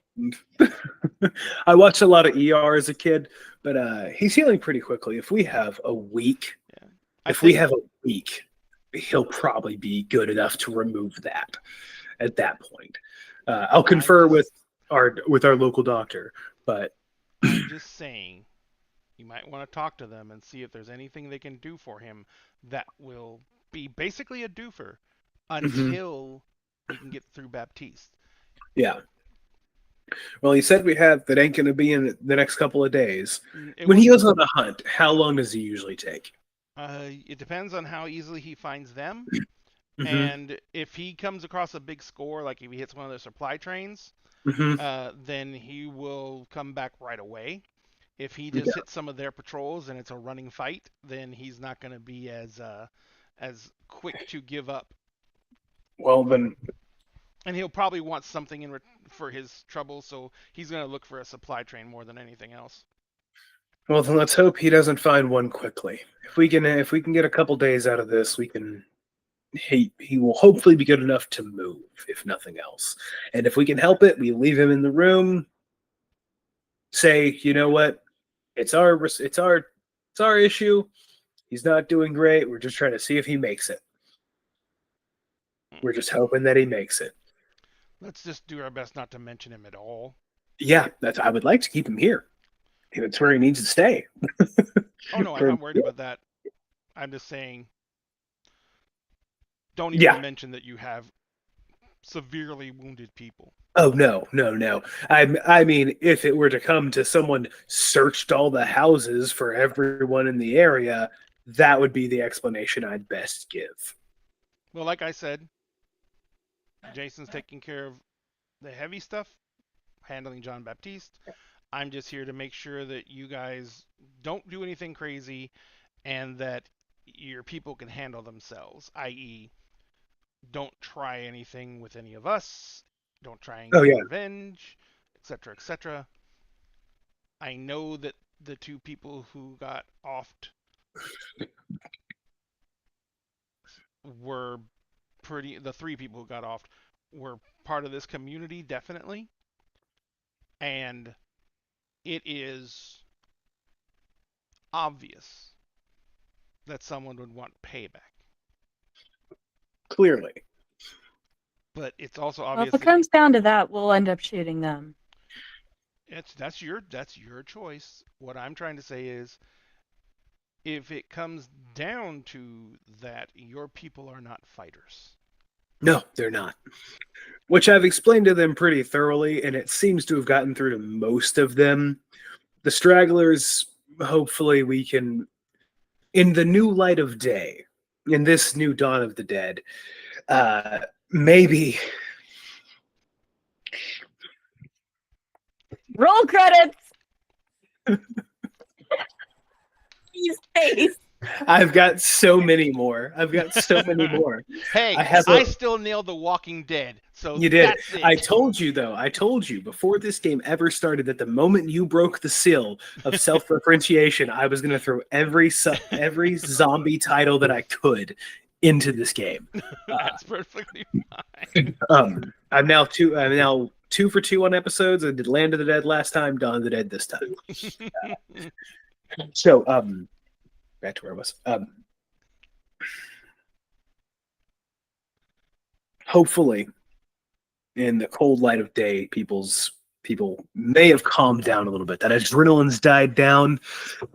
Hopefully, we can keep them from reacting violently per se. Can't promise anyone won't try to run, but that's on them, and I've told them that's a bad idea also because they won't fucking make it out there.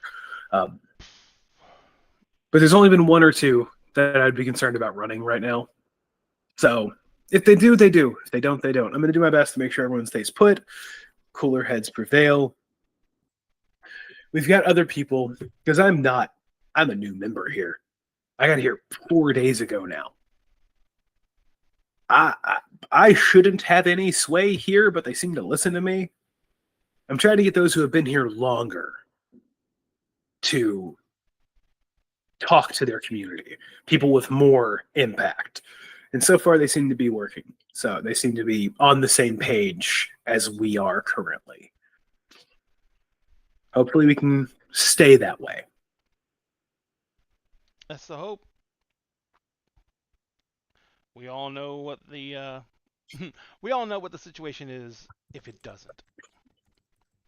Yeah. And that's what I'm trying to make sure they fucking understand. But we would like it's to early. avoid that if possible. Yes, we would. I mean, I know you like killing people. I know you enjoy that. I can understand to an extent. Don't make me sound like a complete monster. Look, when you do good work, you should at least take some joy in it. I know you enjoy killing people to an extent. Right? But no one wants bloodshed today. We don't want it. What's the fun in killing people who can't fight back? The biggest thing is, with the plan that you suggested to Jason, and the fact that he has been looking for some way to get out from directly underneath John Baptiste's eye. Yeah. Because that's a dangerous fucking place to be. Yeah. This is the best bet we have to make that happen. Once that happens, all we have to do is produce what we said, and John Baptiste won't care. Because he doesn't think about where his food comes from or anything like that. He just thinks about his holy mission and his art. And his holy mission is to take down the tower, and his art is disgusting and terrifying.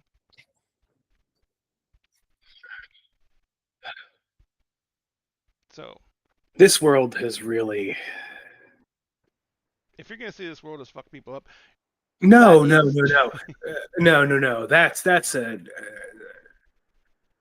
That's a little gauche, if you catch what I mean here. This world has really revealed who most of us truly are. And I feel God's awful for whatever his parish was before this. I can't imagine what those sermons were like. And yeah, I don't want to. But we have things to do. We have a day to get started. It's still early. And if I'm lucky, maybe I can scrounge up some powdered eggs or some shit, because I'm sure there's some in one of these houses. Maybe saving the fucking day can get me some eggs today. Let's find out. Okay. All right, so... I look at Alex. He's asleep. Andy, you going to come with me and try to figure this shit out? That's you, Vanessa. You forgot you were Andy for a second there. Sorry, no, I was pulling up another stream to support a friend at the same time, and like my brain did not process anything that just got said to me. Oh, I said I look in on Alex, see that they are out like a light. Put a fresh bottle of water by the bed with the Vicodin and everything in front of it for when they inevitably wake up. Andy, you gonna help me go try to settle some of this shit? What kind of shit? Figuring out the Mariana situation and keeping these people cool-headed until we can work out what we need to do with Jason. I'm not so sure about the cool-headedness part. but I can get the door open, hopefully. Well, I want to do one thing before we do that. Let's walk and talk. Andy is definitely like as we go down the stairs, Andy is like hobbling using Coco. Yeah, to get down. I figured. I'm gonna go. Mina's like walks down ahead of you. I figured she would. She doesn't seem the one to like wait for niceties. She doesn't even offer to help. yeah, which is fair. I get you to the bottom of the stairs and I go, hold on one second. I go run to a closet down in one of the downstairs bedrooms and I just pull one of the rods off out of the closet and I just kind of snap it, take out the knife, round it, and I'm like, this ought to help a little bit for now. Okay. And just give you a little shorty walker for you to be able to move around a little easier for the time being. Got a little cane. Little cane, basically. Yeah, little. It was broken off, but pretty quickly. The knife's fucking sharp. I get you a little rounded end there for you, and there you go. I was gonna say it's also a situation of you can have the rounded off thing, and you're just gonna. It's like probably about this tall, so she can lean on it as she. Yeah, goes. that's all it's for. It's just to lean. Yep. I mean, they're only about 4'10". Yeah. For reference for everyone, Too tiny. they are tiny. Yeah. Again, the full expectation of everyone underestimates me and then they turn their back. All right. Everyone thinks because Andy is so tiny that they aren't going to fucking go off, and they will. Gotcha. So, Joshua, what is your intentions? What are you going to do now? I would like to make my way to like the main 3 or 4 houses. I know there's like 4 houses that most people live in. Mm-hmm. Then there's one house, then our house, or our house, then another. Our house, then another, and then there's Zach and Dave's house on the other side, which is currently empty of them. And I loosely went through, did kind of a quick search last time, but we'll remove everything from that house throughout the day. Okay. But for now, I'm wanting to go to the main house and try to find Juan, Aaron. Hell, I need names. What were the names of the other guys? There was Juan, Aaron, the young kid, Frank, and Gus. The twins, Frank and Gus. The twins, yeah. Yeah, because you had Francois and Gustave Dumont, who are the twins. Mm-hmm. Aaron and Juan. Then they had Shelly, with Tim, his sister. Yeah, then Tim was a boyfriend. They had 3 kids who are unnamed as of the moment. Which is fine. Who was Grumpy Pants? Bill, right? Or Bob? Which one was that supposed to be? Bob was the one who couldn't kill the walker. Yep. And got pissed off. Oh, that was. Actually, I didn't put it. But yeah, that was Bob. That wasn't Asper. And then Paul was the other guy who like he was coming too with Juan. He was like, I'm down to help. Let's do this. Was Paul? Yeah, because Bob was from New York, if I recall. At least the accent was what he said, right? Yeah, he was from New York. And Paul seemed like a local guy, if maybe not Texas kind of vibe. And I want to say he was the one with a machete. No. Bob had a machete. Paul had an axe. Yep. Paul Bunyan. Didn't put that together, but that works. I don't even think that was intentional. Is the funny part. Probably not. I don't think it was intentional, but now that's his name. But it's that stuff that happens in the back of your mind that you're not aware of when you're pulling names out of your hat. He has an axe. He's got Paul. Paul Y. Bunyan. Okay, got it. And I just refer to him as Bunyan from now on. But I want to kind of find sounds one. So bad, given that there's the thing on like feet called Bunions. Yeah.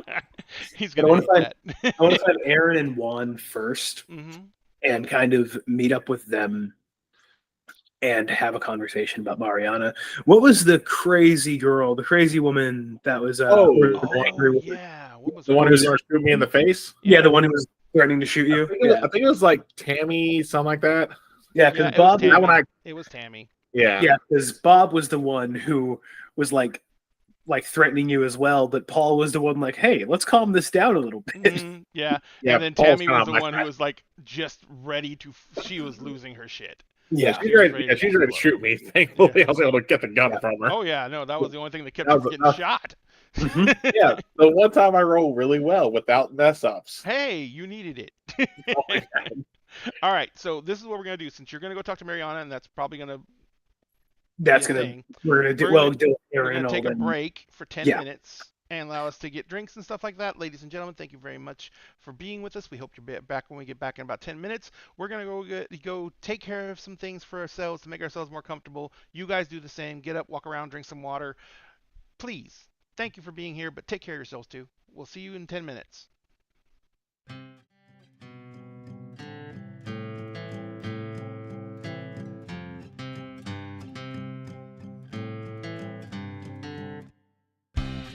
When I sit across the table from you, once a week, a month, or like every 6 months, depending on people's schedules. So the clickety-clack of dice in our crew keep me warm inside before we smack down an evil cold just to get a level.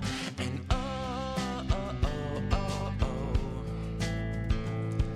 we roll.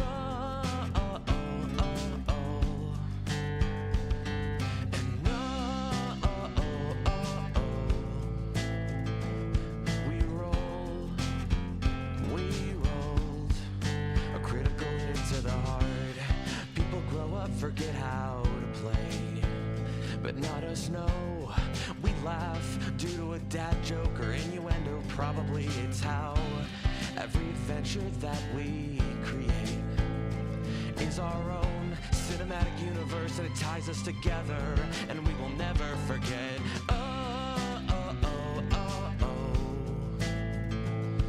We roll. Yeah. Yeah, we roll. We rolled a critical hit to the heart. We will never, never, ever forget. We will never, never, ever forget. We will never, never, ever forget. We will never, never, ever forget.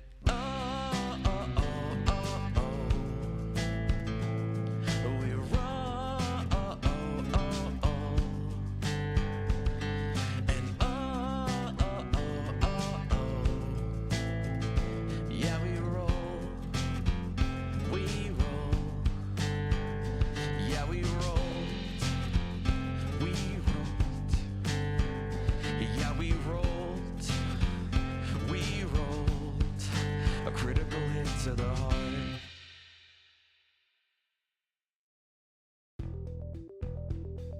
Dinner and a Game and Many Worlds Taverns have partnered together to bring incredible teas and coffees to the Dagger family. And now you can get 10% off of your orders when you use the promotional code Dinner and a Game, all one word, no spaces, at checkout. And if you use our link, manyworldstaverns.com/dinner and a game, we get a little bit back from Many Worlds Taverns as well. Support excellent products from an incredible small business and help support Dinner and a Game at the same time. And always remember, at Dinner and a Game, we always save you a seat at the table.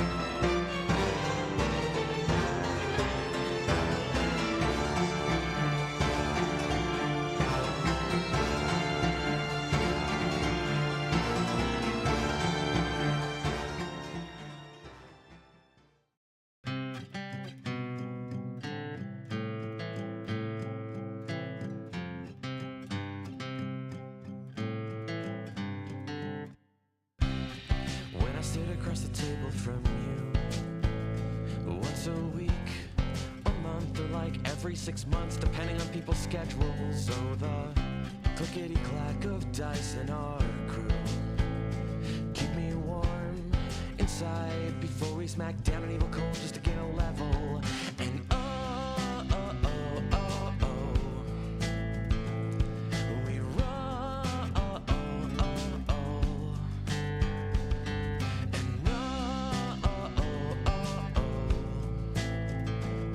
we roll.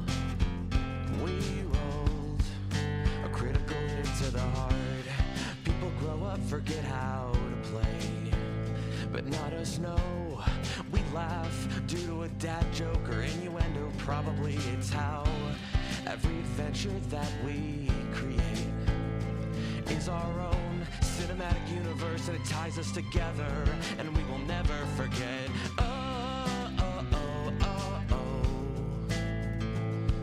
We roll. Yeah. Yeah, we roll. We rolled a critical hit to the heart. We will never, never, ever forget. We will never, never, ever forget. We will never, never, ever forget. We will never, never, ever forget.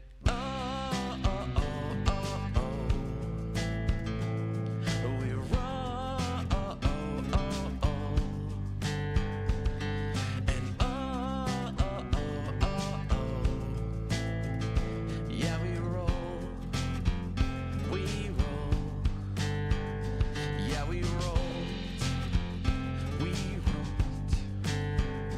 Yeah, we rolled. We rolled a critical hit to the heart.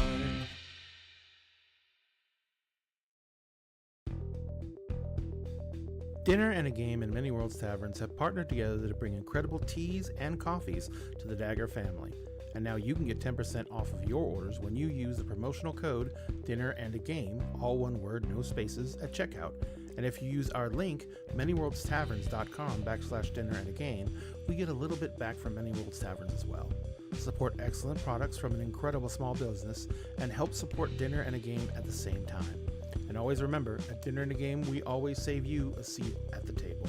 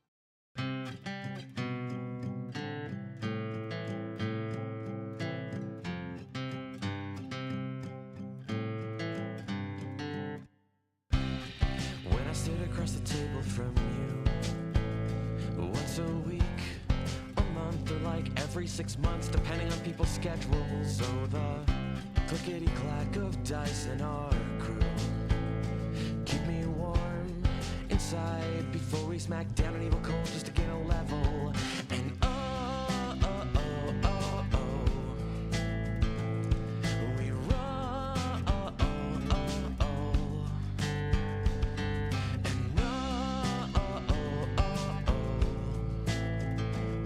we roll.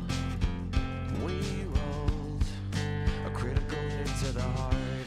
People grow up, forget how to play, but not us, no. We laugh due to a dad joke or innuendo. Probably it's how every adventure that we create is our own cinematic universe, and it ties us together, and we will never forget.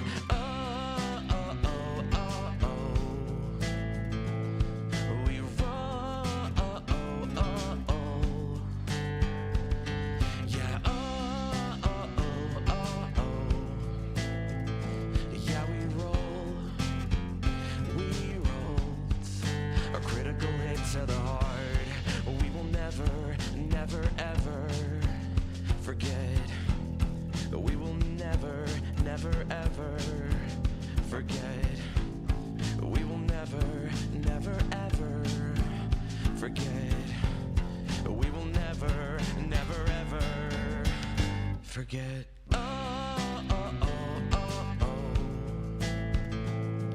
We roll. And yeah, we roll. We roll. Yeah, we rolled. We rolled. Yeah, we rolled. We rolled a critical hit to the heart.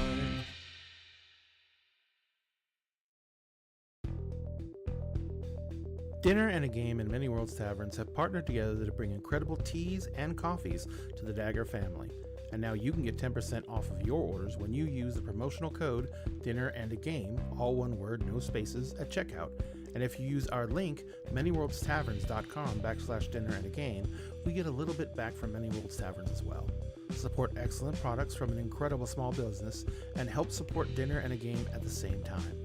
And always remember, at Dinner and a Game, we always save you a seat at the table.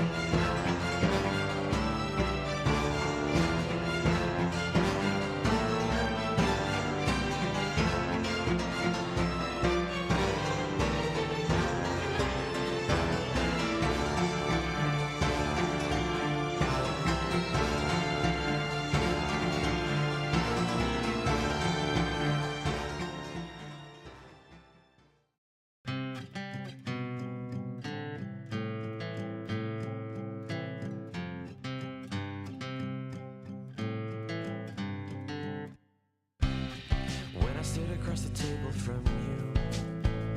Once a week, a month, or like every 6 months, depending on people's schedules. So the clickety-clack of dice in our crew keep me warm inside before we smack down an evil cold just to get a level.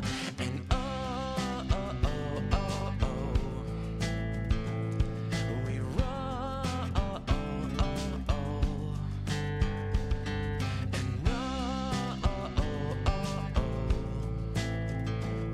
we roll. And we rolled a critical hit to the heart. People grow up, forget how to play, but not us, no. We laugh due to a dad joke or innuendo. Probably it's how every adventure that we create is our own cinematic universe, and it ties us together, and we will never forget.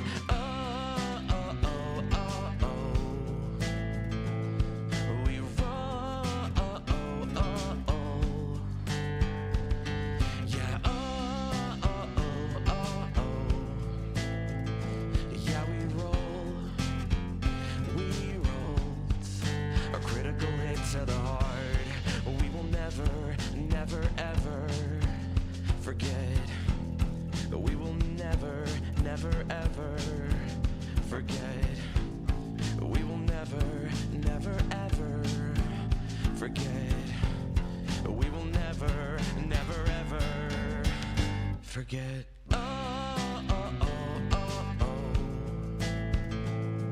We roll. And yeah, we roll. Yeah, we rolled. Yeah, we rolled. A critical hit to the heart.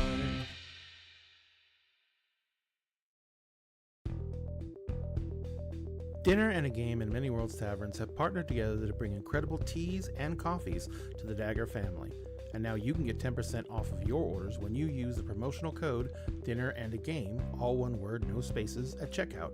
And if you use our link, manyworldstaverns.com/dinner and a game, we get a little bit back from Many Worlds Taverns as well. Support excellent products from an incredible small business and help support Dinner and a Game at the same time. 1 second. As I gotta All good. fix the sound over on TikTok. Ladies and gentlemen, thank you very much for letting us take that little break. We really appreciate it. We are going to get back into it in just a moment as we are doing our best to stall while I get everything fixed. Do we need to say something? We can Yes, talk about this Please talk a little bit. weird drink I'm trying. I got it because it's supposed to be dairy free and they use dates instead of sugar. That makes So- sense, though. The dates are really good. Yeah, no, it makes sense. They're Yeah. the other one I had. The only thing I really had against it was because you're supposed to shake it up before you open it. It like that one was particularly pressurized, and so it went everywhere. And now my mouse pad is stained with coffee. Yeah, it'll be fine. You know, in my experience, dates are pretty sweet. Oh boy. Oh boy. You're going to hell for that one, son. It tastes like Nothing I can Yoo-hoo. do for you. About to say, look, I was already going to hell in both faiths that I've practiced, okay?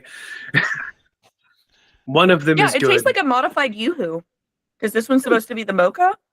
I mean, nothing we can do about that. Yoo-hoo is Yoo-hoo. Yeah. All right, so what we're going to do now is we're going to jump back into it as Joshua is going to go talk to the basically De facto. de facto, the one, probably the people he wants to take over leadership. Yep. All right, so go ahead. You're heading over there. Yeah, and Andy is joining me as far as I'm aware. Yes, Andy is Andy is a a little hobbling. bit slower, but hobbling along. All right, so you get over to the house. This place, like I said, it doesn't have electricity. The only places that have electricity are the houses that were already on solar. Mhm. And this particular house doesn't have solar panels on it. So the doors are thrown open, all the windows are thrown open. Yeah. Just to let air circulate through, and you can hear the kids inside just running around, playing. You can hear laughter and giggling, but it's kind of funny. It's weird. Your mind goes back to pre everything, and there will be children with this much stuff and everything. There will be children screaming and giggling and laughing, but now everything is quieter. One more time. You Everything said is much quieter. as Yeah, kids have adapted how they play in order to not get killed by walkers. Real quick. Okay, there's really no role for that. It wouldn't give me stress. Never mind. Okay. Just gonna log that back into trauma. We should figure out a trigger roll in some way. Well, they have a trigger roll, but it's like an extreme situation trigger roll. Yeah. But I mean, we'll just say, as I hear that, there's Andy would probably notice because they've been around me more than the others have. But there's a quick like that rapid 1,000-yard stare glazing over the eyes and then a shake. And for the audience, Andy kind of gives a gentle tug on your shirt because there's it's because Andy makes that same fucking look. It's a little more than a half step of pause, and for the audience at home, there's a flash, and there's kids laughing, playing in a little river. Running through these woods, smiling faces, food being cooked on a grill, and then the sound of walkers and screams and paddling across that same river and then back.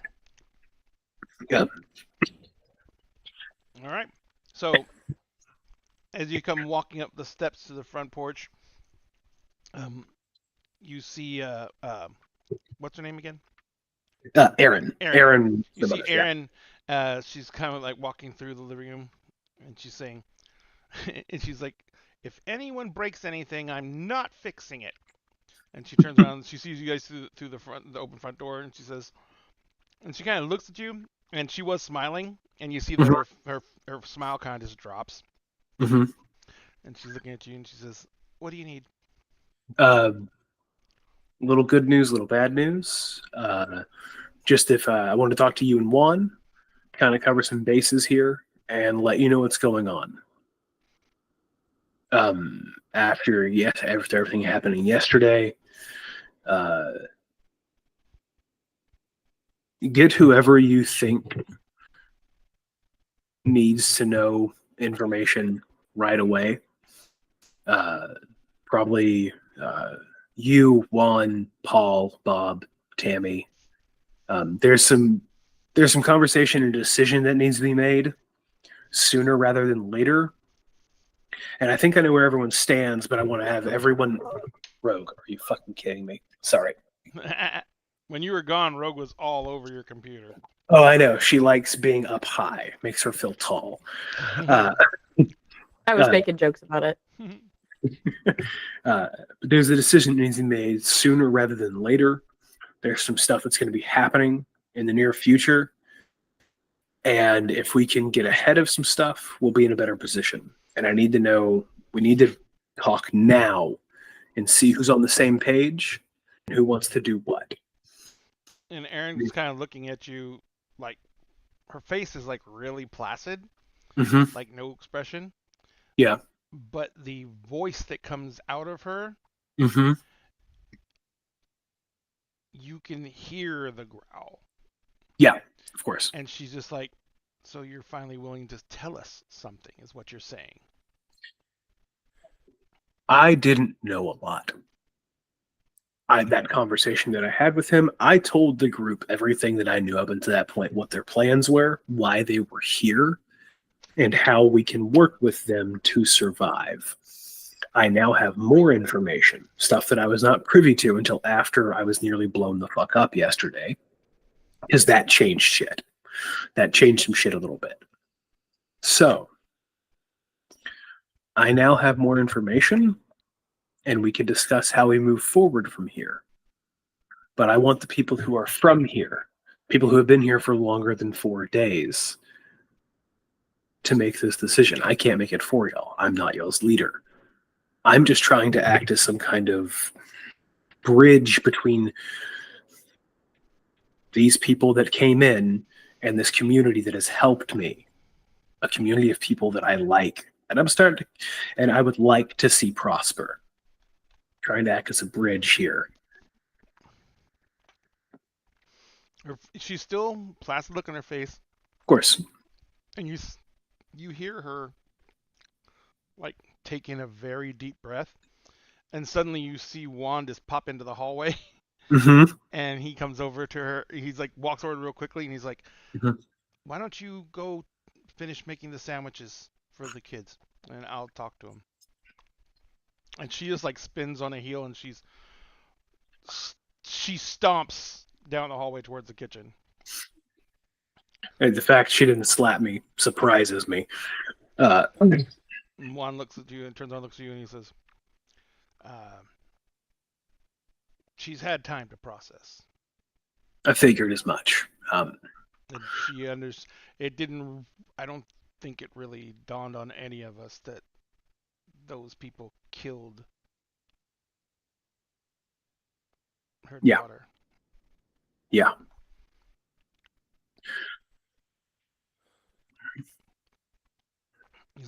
He says, "I know to keep the rest of us safe. I know we can't do anything." I look him in the eye and I say as quietly as I can, and I would like to, I guess it would have to be leadership because manipulation is not really what this is. Okay. Yeah, this is definitely leadership. leadership. I say one word, and I want to impose on him just how serious I am.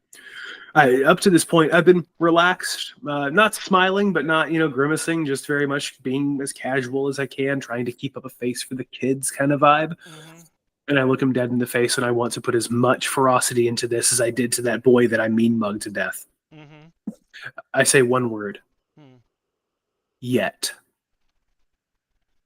Go ahead and make me the roll.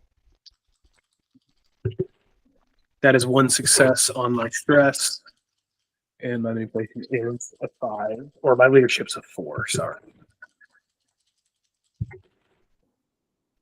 One success on stress. No success. Oh, sorry, one success on the other. So 2 successes. Okay. No ones.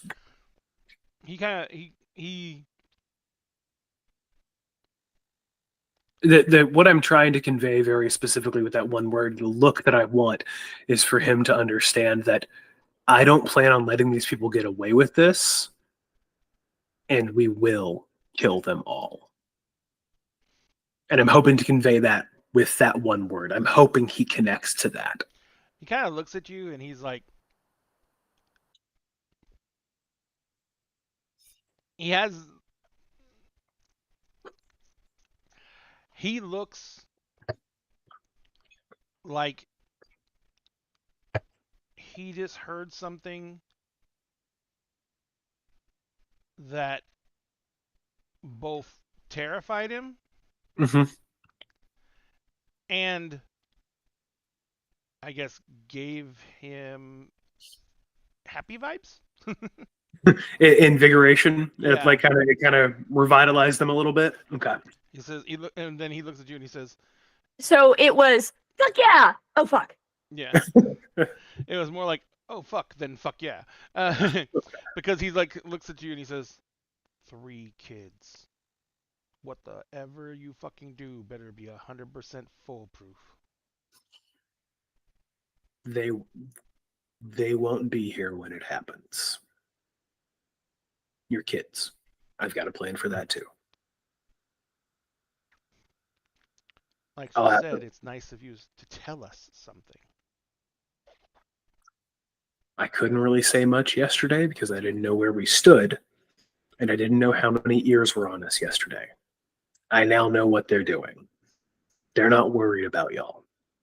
They're worried about me. They're worried about Andy here to against their what they don't know won't hurt. What they don't know will hurt them. Worried about them to a lesser extent, and currently they don't give a shit about Alex. But all of you, I think they are going to drastically underestimate. So, gather who you need. We need to have a discussion.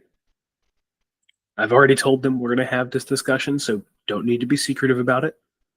No need to sneak around. Just gather everywhere we can, whoever we can. And what I just told you, I've only mentioned to Frank and Gus because their anger, much like yours and Aaron's, is completely justified. And I support it, and I feel it too. But they're young and they're a little hot-headed. So I wanted to make sure they knew there was something coming in the future. But for now, this needs to stay between you, those two, and your wife. You four, I trust to not pull shit. I trust that you all, they have each other, y'all have the kids. Y'all aren't going to do something fucking stupid. I don't trust Bob.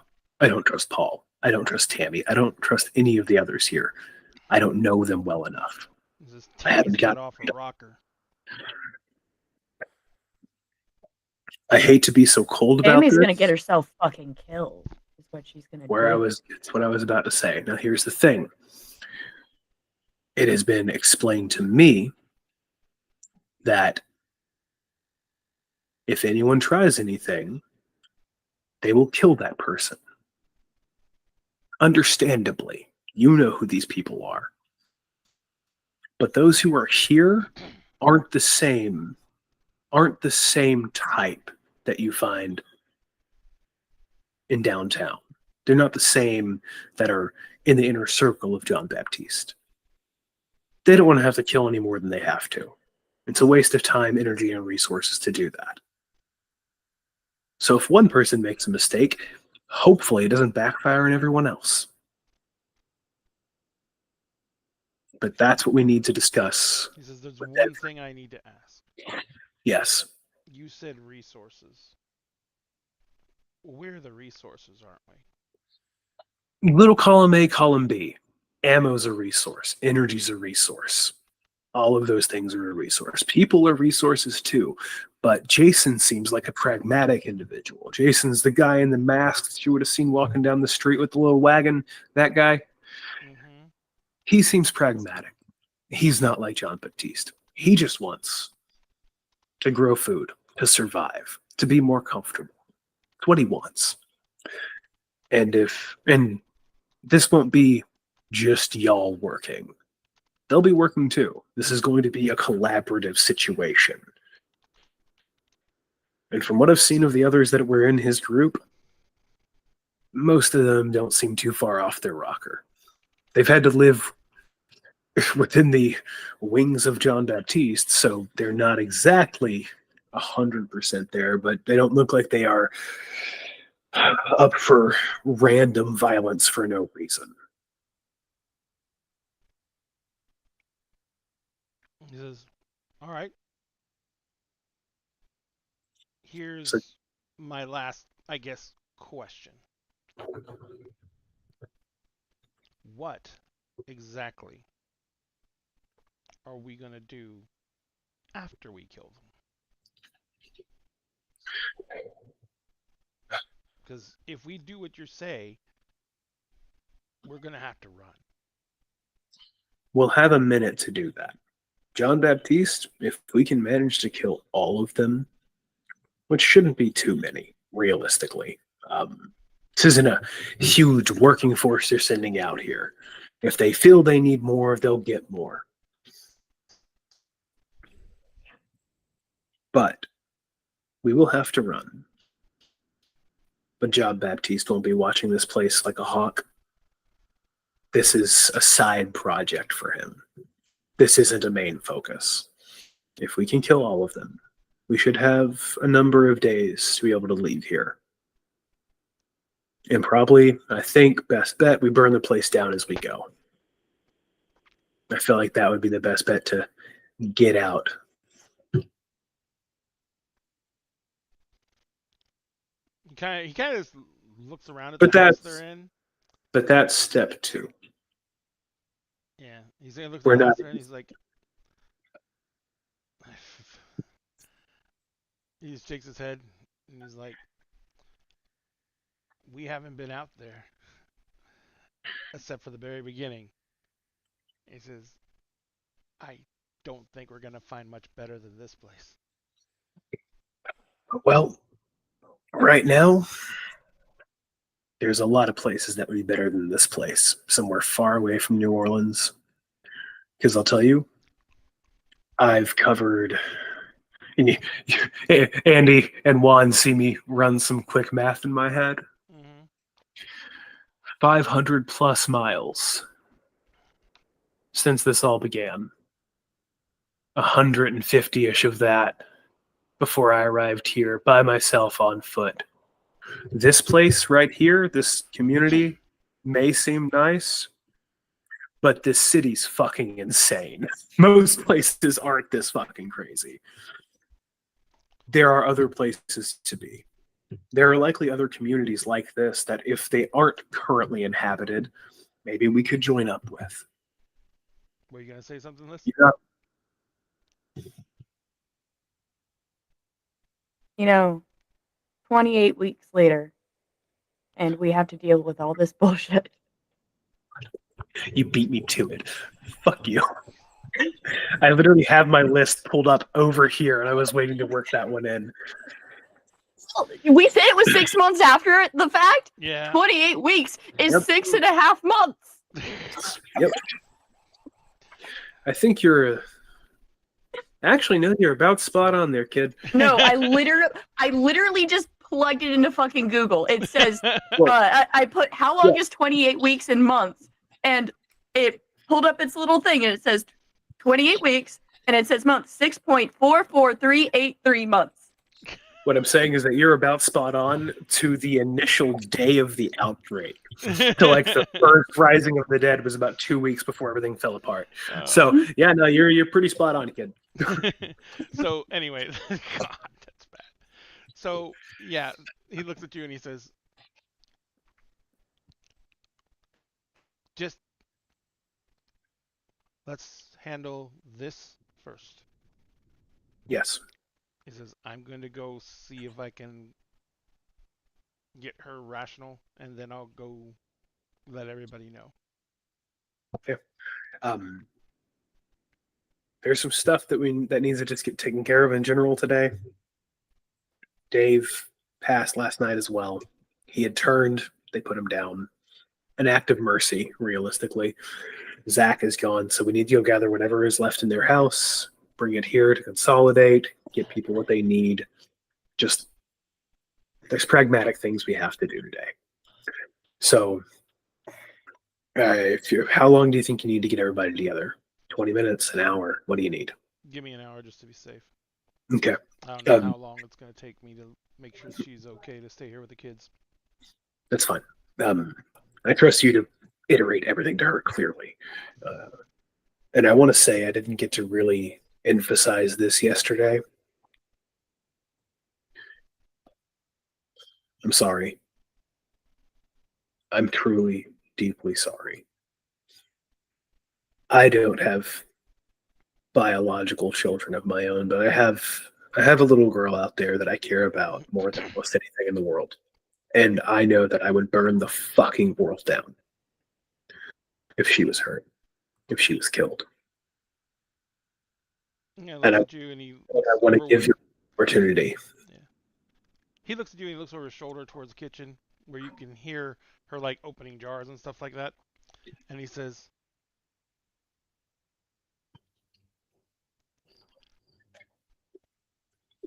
these kids,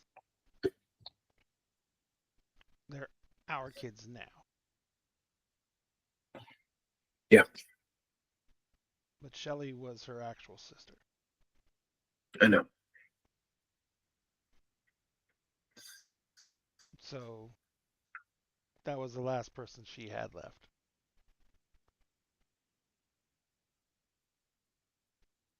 I'm going to do everything I can to keep her level-headed. She has you, doesn't she? He says, yeah. But she did just lose her sister. Yeah. Yeah. And the people she lost her sister to are now walking around. I understand. In our homes. Yeah. I understand. And we have to be smart about it. We can do this, but it's going to take time. It's going to take proper planning. And it's going to take damn near perfect execution. And she can feel her feelings, but she has to feel them to the side. Otherwise, she's going to get us all fucking killed. More importantly, she'll get them killed. And I know that's going to be the only thing that keeps her on track.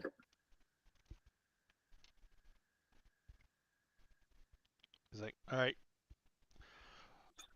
You're not Okay. helping me get her calmed down, so. Hey, look, if you I want. meant I'll do what I said I was gonna do. Gotcha. Okay. We'll meet. Where do you want us to meet? By the truck? I would rather have this conversation behind closed doors if we can. Let's Why meet not in our house? Or in Dave's old house. Dave's old house. We're heading there anyway. We'll go get some stuff set up. Make something to. If any of them ask us, we can just say we're gonna go clean the house out of anything necessary. I've let the one in charge that's here know that we're having a meeting.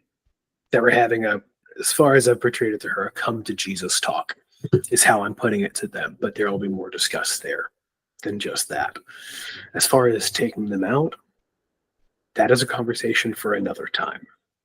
No. Yeah. No, I got that. I got that from your initial. Yeah. Okay. Just sorry, man. There's a lot going on up here. There's a lot to. Yeah. I absent-mindedly. You see, my vest is back on. By the way, I have my vest back on. I just have pistol, vest, knife. I pull my pack out. Cigarette. Not for now. Clearly, the kids are here, but for later, if you want it. I'll offer him one. He says no. Okay. I'll put it back. He says, he says, when you think you know how it's going to get done, I expect that we are going to be the first to know. You will be. Well, Vector maybe. Vector maybe. You know what I mean. Yeah, you two will be the first to know. And I will rely on you, because I can't be seen going and talking to every single person, understandably. I'll rely on you to get Gus and Frank on board, because I know they have some deep, big emotions right now. Yeah. And I feel it'll be really fucking useful here. Also, quick question aside. Are they quick on their feet? They good at hiding? I mean, they've only been here no, they were here for a long time. We've only been here for a few weeks. So there really hasn't been any incident for me to judge that. I just didn't know if they had gone outside the walls, if they had moved. They have gone outside the walls a couple of times. Okay. And they came back fine. Yeah. Right? Yeah. Okay, cool. I have a place we need to go check out that I saw when I was outside yesterday. And I just need some more muscle? A few bodies just in case, but I need them to be able to move quietly unseen. Yeah. They have gone out on their own and come back. So. Okay, so that's good enough for me. Yeah. I'm just kind of down a gun right now. So. All right. He says. Okay. See you in an hour. Gonna just kind of wave at the kids. Morning, guys, and yeah, you see the kids are like it's like kind of like there's an eat-in kitchen back there, and you can see the kids are like all now sitting around a table, and they're just like kind of like quietly talking to each other, and they have like coloring books and crayons out and everything like that. And you wave at them, and none of them say anything, but they wave back. Yeah, that's fair. They're going through a lot. So we're gonna go over to Dave and Zach's house, and we are going to rummage. We're gonna go see what we can find. I had gotten the gun and the journal and all that, and that's up in our house right now. But anything else in general? Just any supplies, anything like that? Along the way, Andy picks up their pack. Oh yeah, it should. Well, I'm about to say I it was should. say It, Mina it would should have be brought at the pack. house. Is going to bring the pack back to you. Yeah. Oh, okay. Okay. Because this house that Mina and her people are staying in is further up the street. It's not. Oh, It's not okay. on this I thought side it was of. It's not along on the way. this My side of bad. the diesel rig and the trailer. Yeah, they're trying to. They're keeping some distance, understandably. Yep. So you head over to the house. It's all these houses are kind of unique because they are rich people houses, but you know, Big mansions. yeah, but the situation's about the same square feet. They all range from anywhere from 3,000 to maybe 5,000 square feet in size, depending on who built it and what type of house they wanted. The one that Dave and Zach were staying in was one of the smaller houses on the block. It's like a 3-bedroom, and it's pretty much just a really nice house. It's not like a McMansion. It's got like 3 bedrooms, and they were obviously staying in 2 of the bedrooms. Dave was staying in the master, and Zach had one of the other rooms off to one of the smaller rooms.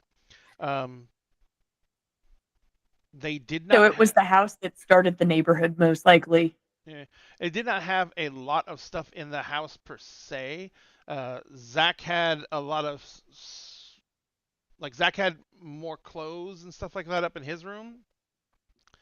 And he had, one thing he had up there that's kind of odd because you don't see a lot of electronics in his room, but he had a stash of AA and old C-cell batteries. Makes sense. Probably for flashlights and Most definitely for flashlights. The C cells are fucking huge, like that, and they had like the mag lights. Hold on, you said C cells.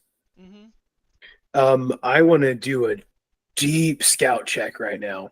Okay. Whole house. I am looking for. Actually, is there a shed out back? There is one of those plastic sheds. Would it hold lawn equipment and such? Yes, that's what it's probably made for. Okay. It's like one of those Rubbermaid sheds that's not really huge. Andy, how much do you know about pyrotechnics? I can light things on fire pretty effectively. Do you know how to make homemade pyrotechnics? If I was to tell you to look for bomb making materials, would you kind of have an idea of what to look for? Potassium, gunpowder, saltpeter, that sort of thing. Ammonia, nitrogen. Yeah. Okay, cool. You have an idea. I'm searching the fucking house for anything that these C cells could have been hooked up to be explosives. Okay. Okay, and with that, I'm also going to use my scavenger skill. Oh. On top, because like while I'm finding things, I get +2 rations for each extra success, instead of 1. Or I guess, like interchange it with items that we would be finding. Right. So that is a scout roll. Mm-hmm. Woo! 2 successes on the main. No Wait, success. is it scout or is it survival? Because if I'm using my scavenger, that's survival for me. If that what it is, go ahead. Okay. So you're also looking for additional things. I am trying to find any kind of that's 2 successes total. Just to note, I'm trying to find any nook, any cranny, anything that looks like he may have been planning to make something.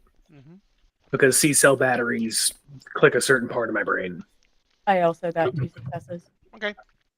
So we're going to combine those together. Okay. Number 1, you find the first thing you find that's really important is the keys to Dave's rig. Perfect. So now you have that. You also find in Dave's room, you find his old wallet, Okay. which has pictures in it of his family. Yeah. Yeah. You find all the food stores they had in here, Mm-hmm. and you can tell that Zach brought a lot of the Zach brought stuff to this house that he did not give to other people. Mm-hmm. And I Like- guess you just call that spoils of war because he was the one who went out and found it. Yeah, no one's To be gonna. fair, I don't blame him for that. Yeah, no one's gonna. He gets question first that. dibs on what he found. Like there is like everyone else has like the cheap like the Walmart brand cans of raviolis and stuff like that, and he He's has like rocking Chef Chef Boy. Boyardee. Yeah, you guys get the store brand. I get the real shit. And but yeah, he has the premium stuff here. But as you're looking and you're trying to find something along those lines, Mm-hmm. the extra bedroom Mm-hmm. is set up with there's a desk in there, and one of the things you see on the desk is you see one of several things. You see several boxes of ammo. Mm-hmm. You see a couple of speed loaders for clips. Mm-hmm. You see a couple of clips. You also see a bullet press. Okay. And the only other thing you really find in there is you do see that there is a battery-operated soldering iron. Okay. Okay. Now And I'm gonna a guess couple of those coils of magazines wire. and a couple of what? And a couple of coils of different types of wire. Okay. And, So and he has- solder. And solder. Okay. As part of that scout roll, can I give a sniff? Like, can I kind of like? I know what shit smells like. I know what this stuff smells like. Having been around a couple of these things before. Do I smell potassium nitrate? Do I smell ammonia? You definitely I smell smell- ammonia. And Andy, what were you Can- going to say? I was gonna say, can we make a tech roll? But you just gave it to him outright. So Well, I mean, for the wires and solder and such, if you want to do a tech roll for that to see what it looks like, he might have been like checking drawers. Are we finding? yeah, like I'll make a tech roll to see what else we can Go get ahead. on top of this. Absolutely. 2 successes.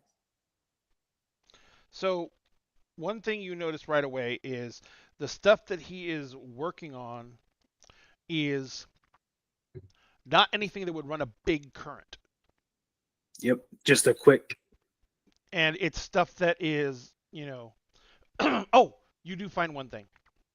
In the trash down beside the thing, you find basically something that was built. And it looks like just a standard kill switch, but it's like he didn't have a switch. Mm-hmm. So he rigged it by putting a pencil eraser between two contacts, and then having that kind of taped together with this regular clear Scotch tape. Mm-hmm. And so basically, if you run enough juice through that, the pencil eraser will melt, Mm-hmm. and then the So contacts will it's a- snap together. The trigger delay. Yeah. So basically, Okay. it's a timer. Something tells me he was a combat engineer in the Marines. Okay. But you don't find any evidence of anything he actually finished, built, and had stashed in the house. The nearest Yeah. thing you find to that is there is on the second floor there is a cubby that gives access to an attic area in the back of one of the closets, probably in the back of the closet of the master bedroom. Yeah. And in that master area, there's actually stuff from the people who used to have the house still in there. You know what I mean? Okay. Their store stuff. But you can see without, because there's no light up here or anything like that. You Yeah. can see at the entrance of it that there are like wear prints in the dust, like someone's been through there. So I'm gonna pull flashlight out, pull out my little flashlight, give it a click, in the mouth, climb up, and I want to search up there. If I'm seeing footprints, I'm gonna be Okay. searching. You're gonna need more successes than normal because there's no actual light up here unless you have something. I said flashlight. Oh, gotcha. I have my flashlight. I telescope it down to where it has a wide beam. I just kind of like rig it. I have a little rig on my bag, like sled it in so it's pointing forward. And scout again, I'm guessing. Yep. Yeah. So, stress dice. No successes, but I do have but 2 5s, which is great. They're not helpful. So, Alyssa, Andy is going through and she's looking through the house and everything like that. Okay. Like I said, you find a lot of premium stuff. You find the batteries. You do find a little like surplus, like of extra flashlights still in the packaging and stuff like that. That would obviously use the C batteries, and then a bunch of like little pen lights and stuff like that that would use the AA's. But you find something really weird. Like there's a cache, like a large amount. You know those little laser spotlights that you use to play with your cat that are on keychains? There's like 30 of them. Okay. Things. He's using the laser pointers to mark things. Or was. Or to distract. One of those two. Yep. So he's sitting there, and so Kelly, as you go up into the attic, you kind of, there's a path. The attic has got, plywood on the floor. You said Kel. You mean Coco? Sorry, Coco. Yeah, I'm about to say, Alex is still out cold for the Alex Special K. is fucking the loopy as shit if he's awake. He's in La La Land. Use nappy times. But as you're walking in there, and you had no successes, right? I had 2. Oh, I had 2. 2. Got it. I had no successes on my stress dice, but I had 2 on my regular. Gotcha. Apparently, that is our magic number tonight. For the players for the audience at home, there was 2 6s, and out of 5 dice, 2 1s and a 2. Eek. That's how I'm going tonight. That is how it is going. So you basically are moving through the attic. There's a clear And path to walk through. I'm also going slowly. I am watching for wires. I am watching for anything because I have bad vibes right now. So you get about halfway through the attic, and there is literally, you don't even really notice it, but there is, then this is only because you got 2 successes. Yeah. It looks like he strung like literal dental floss. Clear dental floss. I see that, and I'm gonna I want to just barely touch it. I'm just trying to see if this is gonna be. It has tension on it. It has tension. Yeah, I'm gonna with my eyes follow it one direction. There is. I'm gonna look one direction. There's just a mount that way. Okay, I look the other. There is a literal claymore. Literal claymore? Cool. So this has to. I want to check. Is this going to be based off it pulling the actual firing mechanism, or is this going to be once it if the string You ever heard of a hot fire? Yes, I have. Okay, so it's a hot So fire. the pin has been removed, but there is a piece of, it looks like this aluminum foil that's wedged in there to keep the contacts from hitting and to keep the bomb from going off. And that is what is, the wire is on a little stick, and then the rest of that makes it tight, and then the rest of the wire goes to that piece of foil. So if you kick it, that foil will come out like nothing. If I kick it, but I can tell if I were to cut it, it would stay in place. Pulling it, that would trigger it. Or with cutting a decent amount of tension. Well, if I was to, it would be risky, but it wouldn't. You suspect that it should stay in place as long as you literally don't let the tension off. Yeah. If I hold it in place and then slowly ease the tension off instead of just dropping it. So you will have to not let it move when you cut it. Okay. Other question. I see that, Mm-hmm. I document all that. Do I see any other wires or just that one? So this is about 10 feet into the attic. This Mhm. attic is about 20 feet long, so you're about Okay. halfway through. Mm-hmm. Number one, you can see at the very back wall of the attic, because you can see the Mhm. round little Yeah. thing above it. You can Yeah. see the very back wall of the attic. That Is there a mounted AR pointing out of that? No, Because that's no. that's what I'm saying. Because No, it seems like with the magazines and everything else, there's an AR somewhere in this house. No. You can see that there are ammo cases Mm-hmm. back there. Okay. And And I kind of remember what they had in the wagon? grenades. So I'm gonna kind They of had ammo cases. they had ammo cases full of grenades. So I'm gonna kind of look. How tall is this attic? Is it like a crawl space attic or is it a larger attic? No, it's a larger attic. Larger attic? You can stand all the way up in the very center of the apex. As Okay. you go closer to the sides, it gets Yeah, steeps clearly, in. yeah, narrows down. Okay, then I am going to, for right now, I'm going to step over the wire Mm-hmm. and I'm going to call down to Andy. Hey, Andy, don't come up here, okay? All right. Just trust me. Just don't come up here. There is. It's dangerous. Let's leave it at that. He set up a booby trap. It's a little rudimentary, but Did he set up explosives? I found laser pointers, and I Mm. don't think he's a cat person. I'm gonna say down to you very sarcastically, no, there's not an active claymore up here. Stay down there. I'm not fucking crawling up there. I didn't want to crawl up there anyway. I don't think you could right now, hun. And I'm gonna step over and I'm gonna make my way down. I'm gonna end up being the one having to deal with that later, aren't I? Nah, I can probably take care of it. I just don't want to risk it at the moment. I would rather maybe pray to my gods for a second and get some help. I'm going to just step past it. I'm going to keep an eye out now that I know. I need you to make me an agility roll. Like. An agility roll? Mobility, okay. actually. Mobility? Mhm. Okay. Sure it's not stealth for being careful? Nope. Damn. You got this. I shouldn't. I can stand up totally. I can raise my foot above it. Like, it shouldn't be too crazy. Oh, no, Look, I have 12.8k points. If we need to give you something, I got you. I think I'm about to be fine. 5 dice, 3 successes, no ones on the stress. You step lightly. When I need it. Oh, thank You God. step lightly over the thing, right? Mm-hmm. And the moment you put your full body weight onto the board beyond it, your foot just goes right through the fucking board. Okay. And you manage to catch the rafter right above your head, and you stop yourself from putting your foot all the way down. Mm-hmm. And I'm assuming you just pull your foot back out of the gap. Oh, I like kind of. I look. I see. Does it look like it was scored to break? Mm-hmm. Okay, perfect. Man, this guy's. I say to him under my breath, how the fuck did I kill you?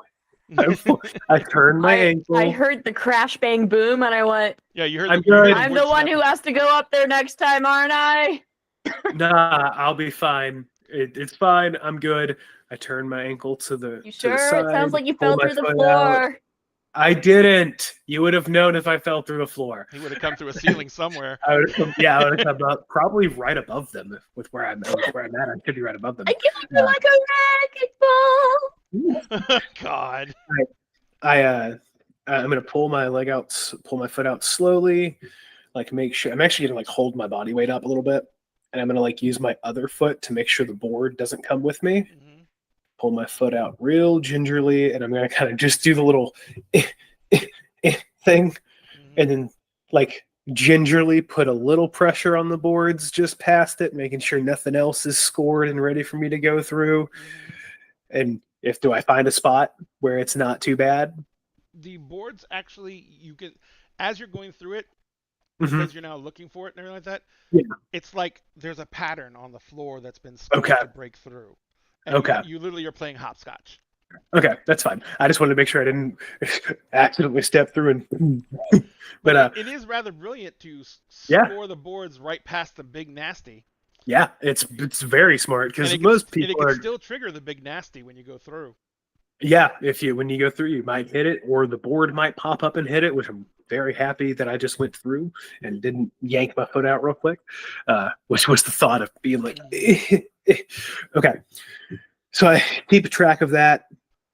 Trying to see if I can mark this more brightly for anybody else. A rough. It's wood, right? It's wood.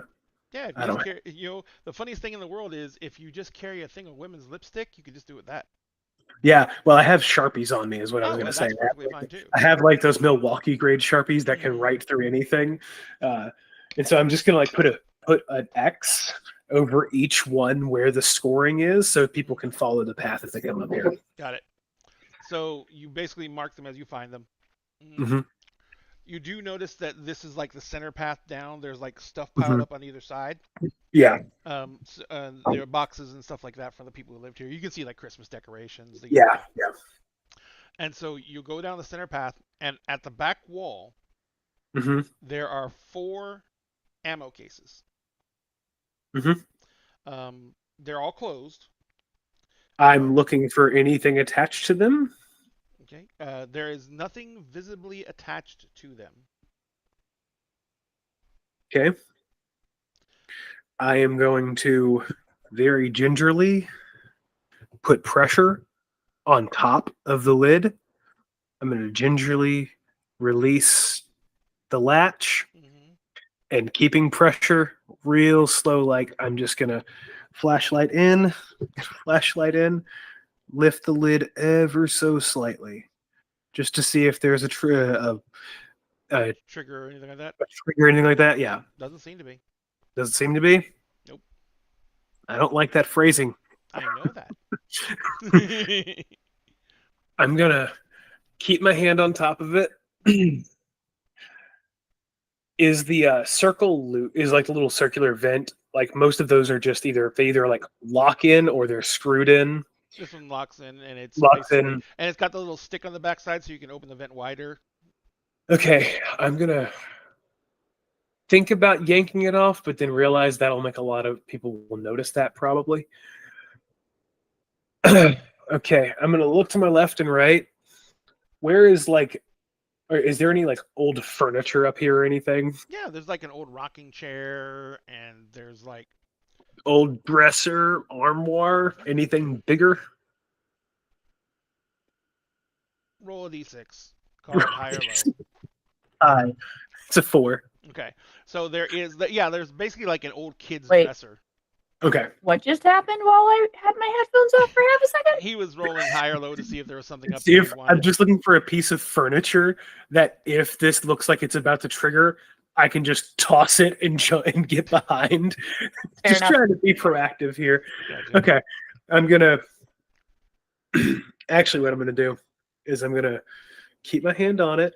I'm going to use my foot to just push the dresser into the corner as best I can. And I'm going to go to the side, set the crate behind it, lift the lid slowly, and listen for a telltale click or anything. I need to back up and ask you something. Did you lift the crate up? Lift the ammo crate? I would have, but I'm actively listening for any kind of click or anything else. If I hear a click when I hear the ammo crate, I'm going to actively toss it away from me, and I'm jumping through the scoring in that ceiling. I'm going through. There's no click. But I had thought about putting one in there, and you still would have died. Because it would have been a bouncing Betty.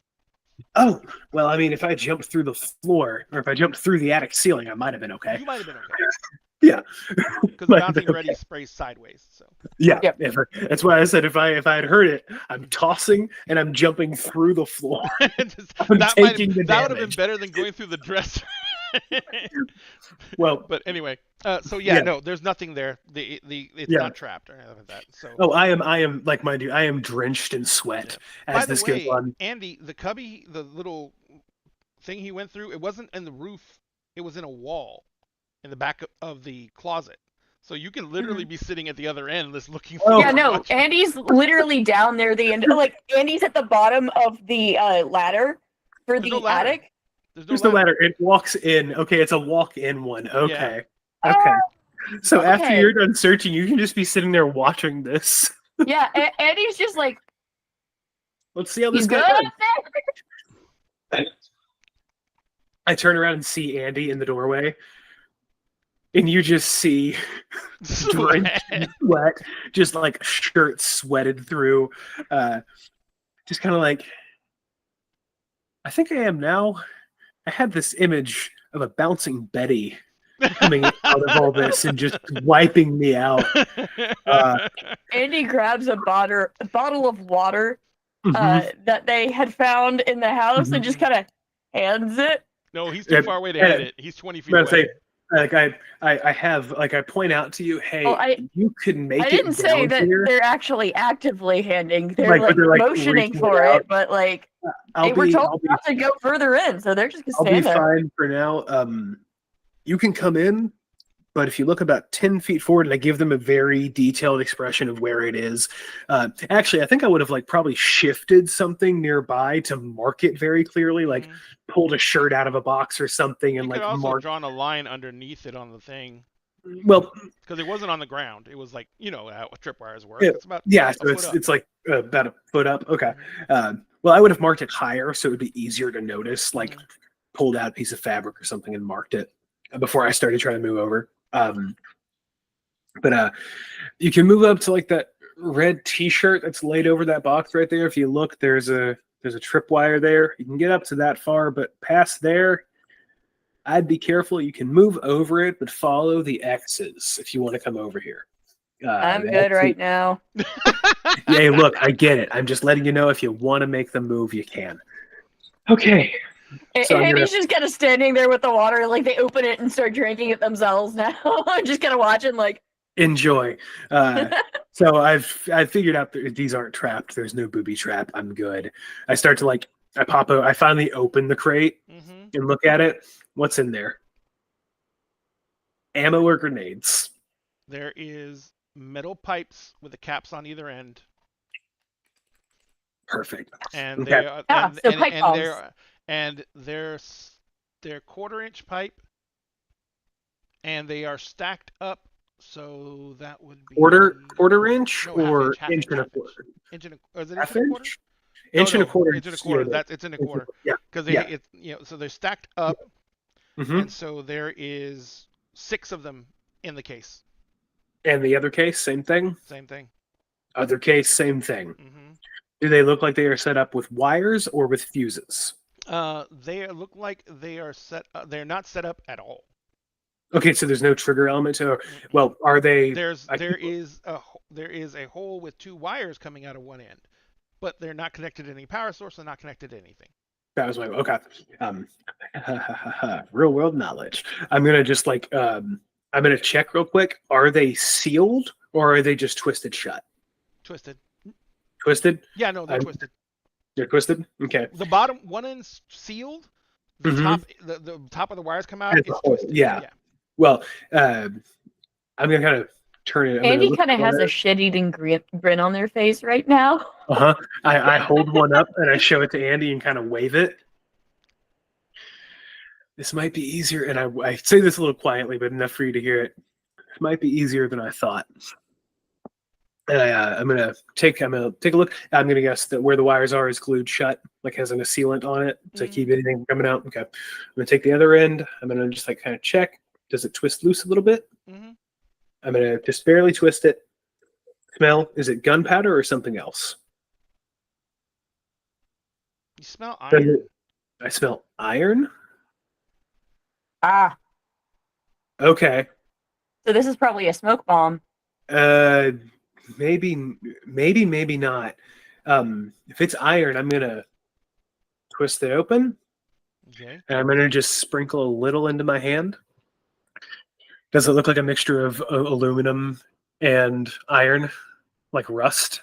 Yep. Oh, shrapnel bits. Yep. No. It's aluminum and rust. This is. I kind of just put it back in, twist it shut. Good thing is that shit doesn't light super easy. Okay, make sure it's real tight. I grab one crate. Hey, come to the marked edge. I want to pass these over, but we need to. We're just going to put these towards the front. I just don't want to have to go all the way back here to get them. So I'm going to move over, follow the X's. I'm just going to pass it over to you over the wire. We're going to shift them up front. We're going to like put them behind some boxes, but right near the front so that we can access them quickly when we need to. And I just walk up to you and I go, you ever heard of thermite? Yep. I think this is how he was going to try to get into that safe. Cool. Awesome. Makes sense. Yep. So it's quieter. Well, one thing that thermite does, because it burns so hot, that if it's inside something, it does cause an explosion due to the insane pressure that it exerts. Yeah. But he's right. You do need a big charge to go through it. Hence the C-cell batteries and the capacitors hooked to them that are in the other 2 crates. There's 2 crates of pipe bombs and 2 crates of detonators. Perfect. And all the detonator needs is it's basically a single C-cell battery holder, a capacitor on the side of the C-cell, and 2 switches. An on switch and a safety release switch. Perfect. The capacitor has to build up charge, so the battery has to stay on it for a little bit. I was partially concerned you might make me complete these myself, which would get me on a watch list more than I already am, and I didn't need that today. We would have just done that. We would have just made a roll. There would have been no discussion. We would have just made a roll. Yep. But one thing you're thinking about is this is rigged in a pipe bomb. Mm-hmm. It would do no good against the safe. See, I was thinking he might have been carrying it this way, but he also could have been trying to blow the hell out of someone else. He might have been wanting to go after the reclaimed themselves, very possibly. But this will help us get into the safe. We'll do we'll hide these here for now. We're going to empty out 2 of them into baggies later. And we're going to use those to get into that safe.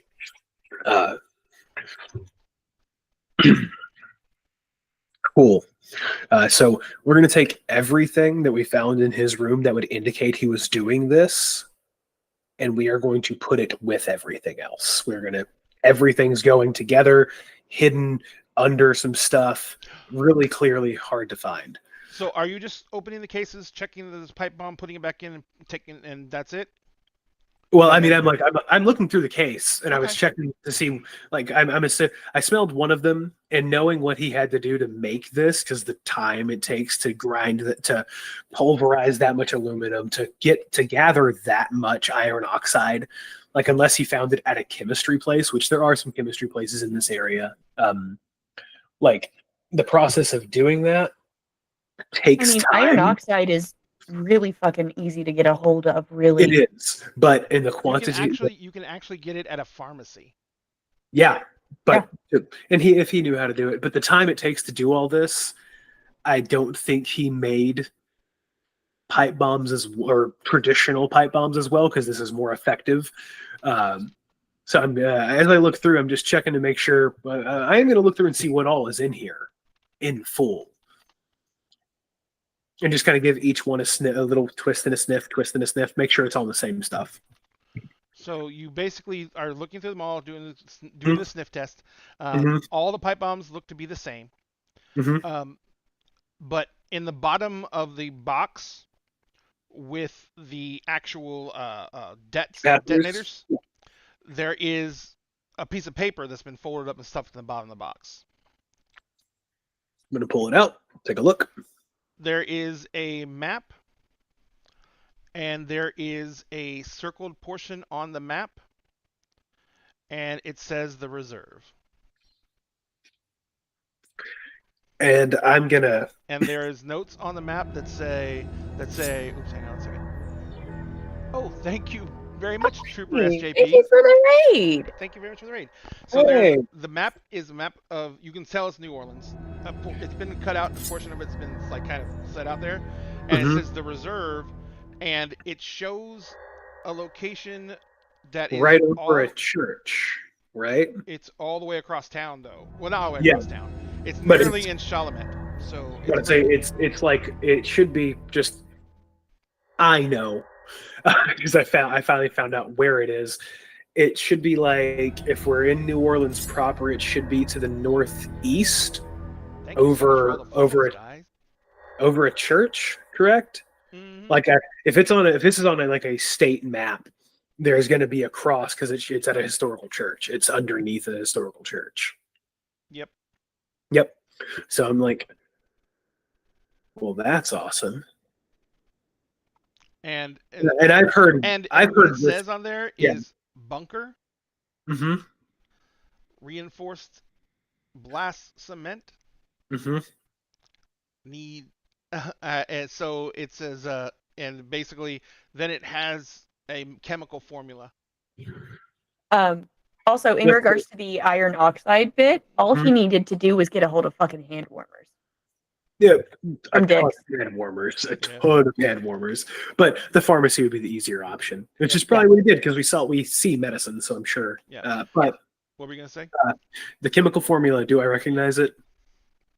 Do you know anything chemistry wise? If it pertains to subjects we've already been talking to, a bit. I know some practical chemistry. We'll say it like that.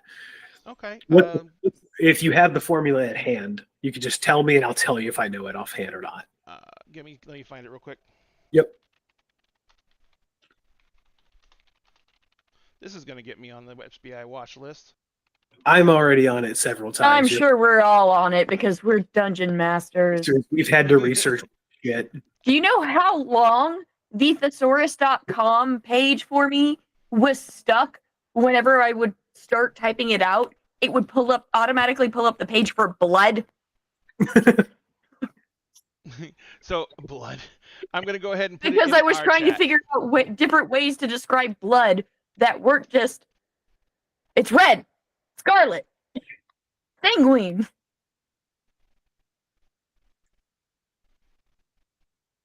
Yeah, that's the formula for what he made, which is similar to what I said, but not exact. Aerodynamics of a cow. Yeah, well, I just looked up the chemical reaction for thermite, so.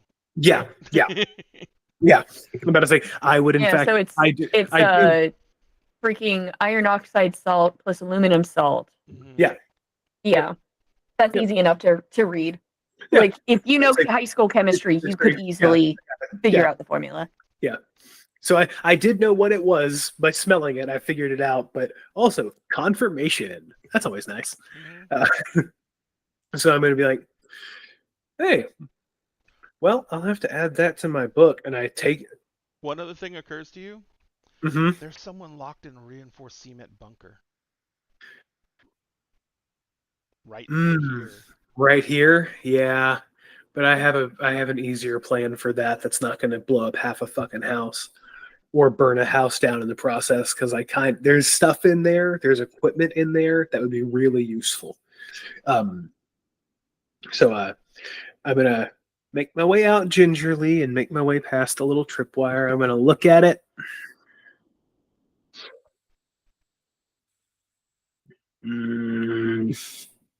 I'll come back for you later.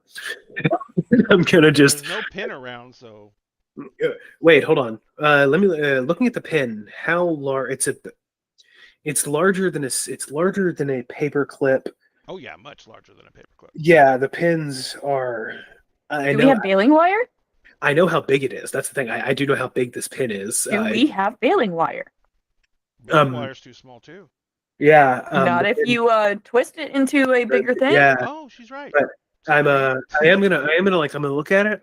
I'm gonna look at my little the fuck is it? My little toolkit that I keep like has pliers and a couple other things on there. Yes, I'm gonna look satchel? in not my satchel. I have a tiny little toolkit that I actually have in real life. It's super cute and useful. I keep it when I go out hiking and stuff because I keep little pulls in it.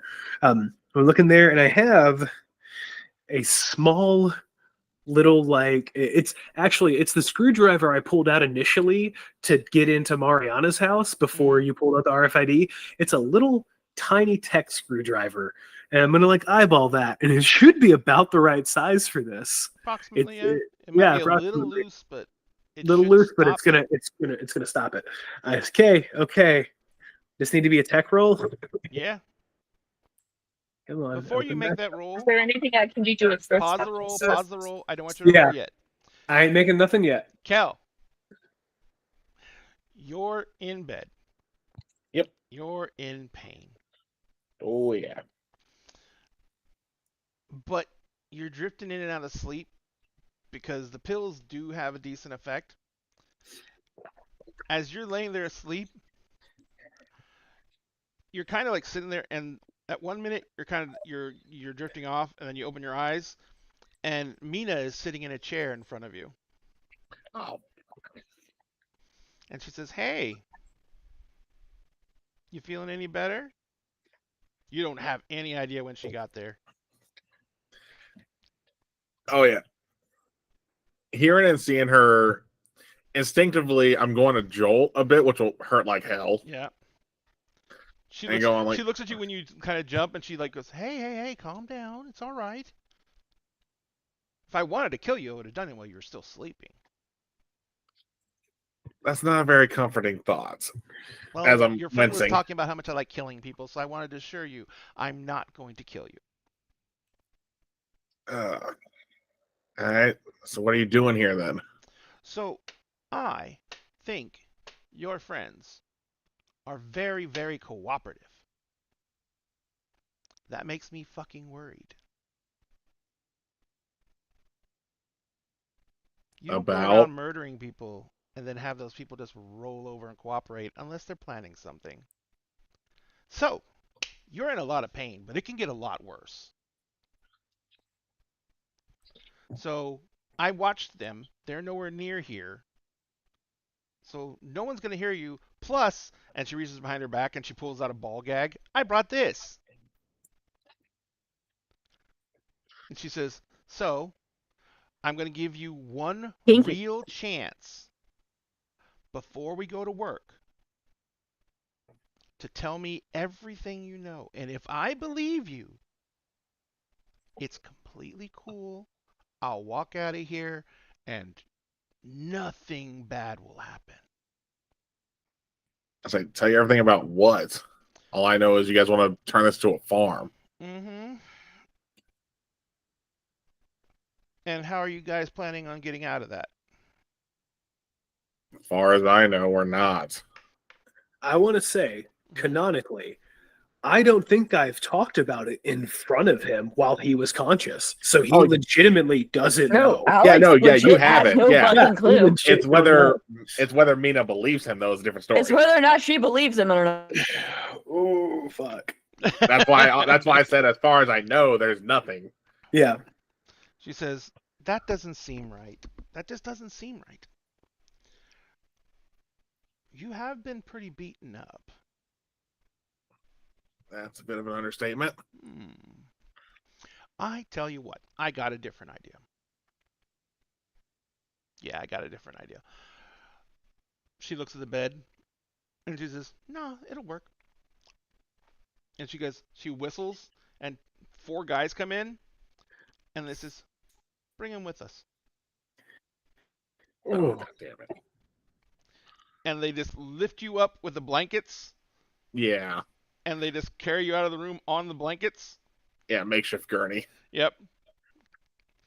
And they're cutting through backyards. Of course. You can see that they've knocked down sections of fences all the way to the house they stay in. I figured. They realized last time that if the person's walking, they can't do anything to stop them. They learned a lesson. Well, Alex is not in a position to walk anyway. Yeah. And you notice, Alex, that they are being very careful not to jostle you. Yeah. And she's kind of walking right behind you, but your head is kind of lolling out of the sheets. And she looks at you and she says, by the way, I don't need to say don't yell or don't scream, they're going to be really careful with you and know it's going to be uncomfortable. But if you yell, you know. Yeah, I kind of figured just don't give me a reason to. Yeah, well, and she pulls out a pair of tongs and a knife. If you yell, I had to make sure you can't anymore. I'm mainly talking to make sure they don't drop me. Oh, they won't. If they drop you, I'll cut their tongues off. Fair. You're very important right now. You're a bargaining chip. I need information. It feels Doesn't it feel good to be important? Not in this case. She's like, 6 of one, half a dozen of another. You know. Hey, do you like pizza?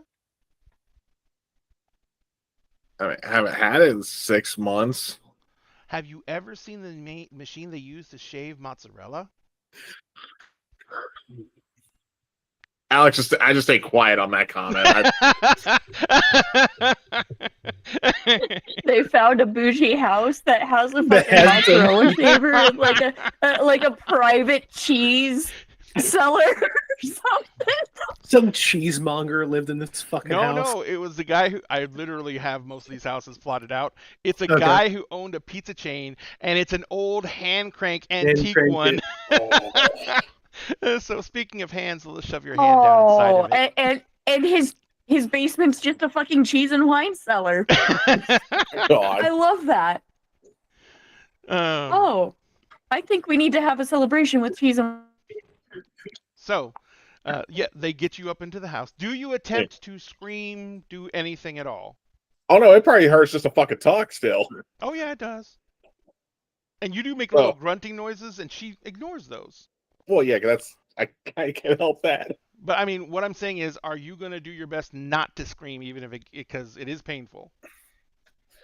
Oh yeah, no, like I'll try my best not to. But I mean, it depends on again how rough they are as we move. Gotcha. All right, so and they are, like I said, they're being very fucking careful, but it's still going to be rough. There's nothing you can do about that. Yeah, I mean, it's not like we're on a real gurney.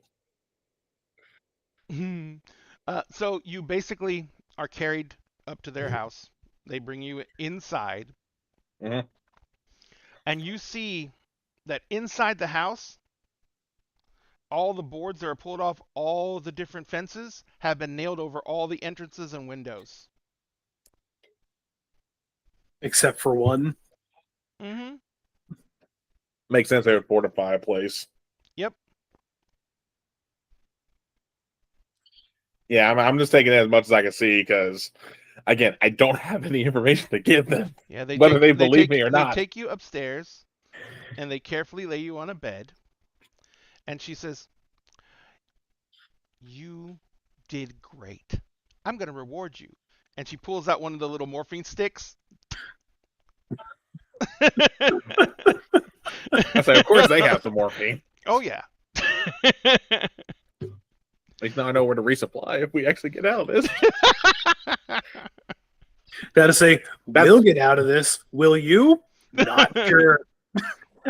Look, Thanks, Hey, buddy. Master Dad. Yes, essentially. Yeah, he was a Marine, it's a so it's a threat. battle pack. It's a battle med pack for Marine. Alex is National Guard. Mm-hmm. National Guard. Yeah, Zach was the jarhead. Zach is jarred. So you guys are back to you guys. Mm-hmm. Are you ready to roll? Born ready, motherfucker. That is a success on my stress. I have a 5 protect. Well, What was being rolled again? I goldfish. Oh, yeah. For me to disarm the bomb, if you can, they assist me in any way. Yeah, with the little. Can we do this together? Seeing as we're both techie in this way. Is there any way we both can? suffer the consequences.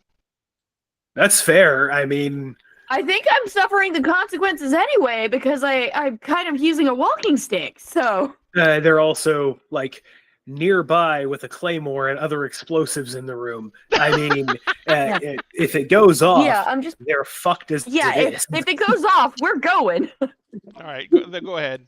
So It makes more tech sense as for us well. to work together. Yeah. I didn't need you. I don't think. I think 4 successes would probably do it. Oh yeah. I got a messy success. So I think I probably just hurt myself. Get a splinter or some shit. Like I pop a stitch or something. No, I'm pretty sure what it is with the number of successes Kel got. Or The Coco. only thing that Coco got, Scott, I'm sorry to do it. Coco got or Josh got. You see Josh basically, and he kind of puts the pin. I'm assuming what you're gonna do is you're gonna put the pin in backwards. Basically, yeah. I'm gonna keep tension on that wire, and I'm gonna slowly I'm gonna put as much tension as I can. I'm gonna slowly slide the pin into place, and as I do, I'm like keeping that tension, and just about the time where I need that wire to be completely out of the way, I'm gonna have Andy cut that wire so I can finish pushing it and get everything back into place. Gotcha. And so he basically gets it through, and with those says, yeah, you make it, you get done with, you get it all the way through, and it fits. It's a little loose. It's a little smaller, but it's going to hold most. Yeah. And this is just for me to get it disarmed. I'm because all you want to do is stop that pin, that trigger from popping out. Yeah. The pin holds in place. Yeah, that's it. And actually, I'm going to take that. It's a little bit loose, but which way does that trigger fly from? Like it flips one way or another. I'm trying to see which direction that would be. Like, is it going to flip? It would out basically flip towards you. Towards me. So the pins hold the little screwdriver is holding that in place. I'm going to pull out a little piece of twine. I'm going to tie a little knot around the around the heavy, like the fat end of the screwdriver, and I'm going to you're gonna tie it in place. All right. Wrap some twine around the claymore itself, and then I'm going to loop it on the other side, do it again, tie it off in the front, and that should hold it in place tight enough that it's not going to worry me for the time being. Got it. All right. After I disarm all that, I'm still convinced there has to be a rifle here somewhere, because he had magazines for a rifle, he had speed loader for a rifle. There's a rifle here somewhere. I just don't know where. And I really want to find it, because that would be a massive boon to us to have a combat rifle of some sort. Well, I got a combat rifle because I've gone through his room really heavily. We've gone through Dave's room. We've gone through this room pretty thoroughly as well, and I've gone through that attic pretty thoroughly. There's nothing in there, any of them. Nothing. Okay. What about the shed? I had mentioned wanting to go through the shed. You haven't gone through it yet. That's where I was headed next. Okay. Yeah. Unless I walk outside and see a group of people walking down with a man in a bed sheet. Nope. No. So you go downstairs to the shed, and you open the door to the shed. Slowly and carefully. Slowly and carefully. This place scares me now. Yeah. I was always concerned about the Marine who was clearly building bombs in a room. The moment I saw that, I was like, concern. Concern. No, but you open the shed. Inside the shed, it looks like there was probably lawn equipment in here. It's all been cleared out.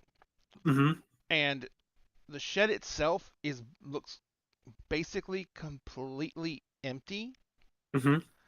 And it's basically the shed over bare dirt. Over bare dirt? I'm gonna touch the dirt. Is it loose? Ish. It's dirt. It feels packed.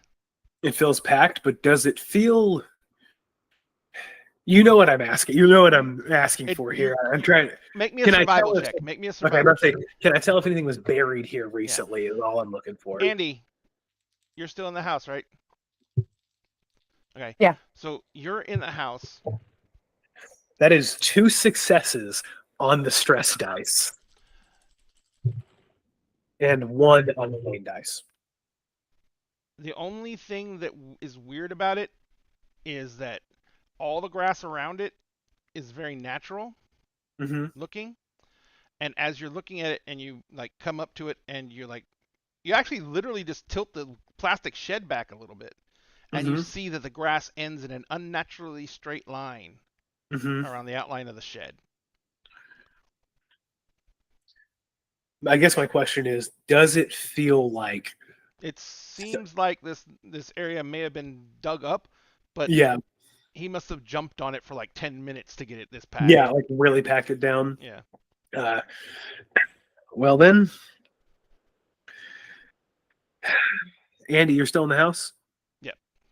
Okay. I'm gonna note that. I'm gonna go back to Andy. I'm gonna go back to the house. Andy, where you at? Just like into the house.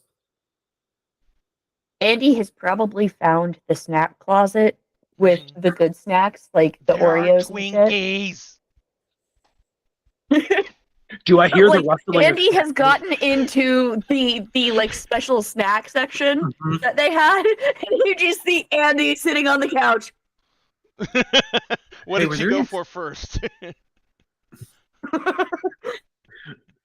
Yes. Were there any Swiss cake rolls in there?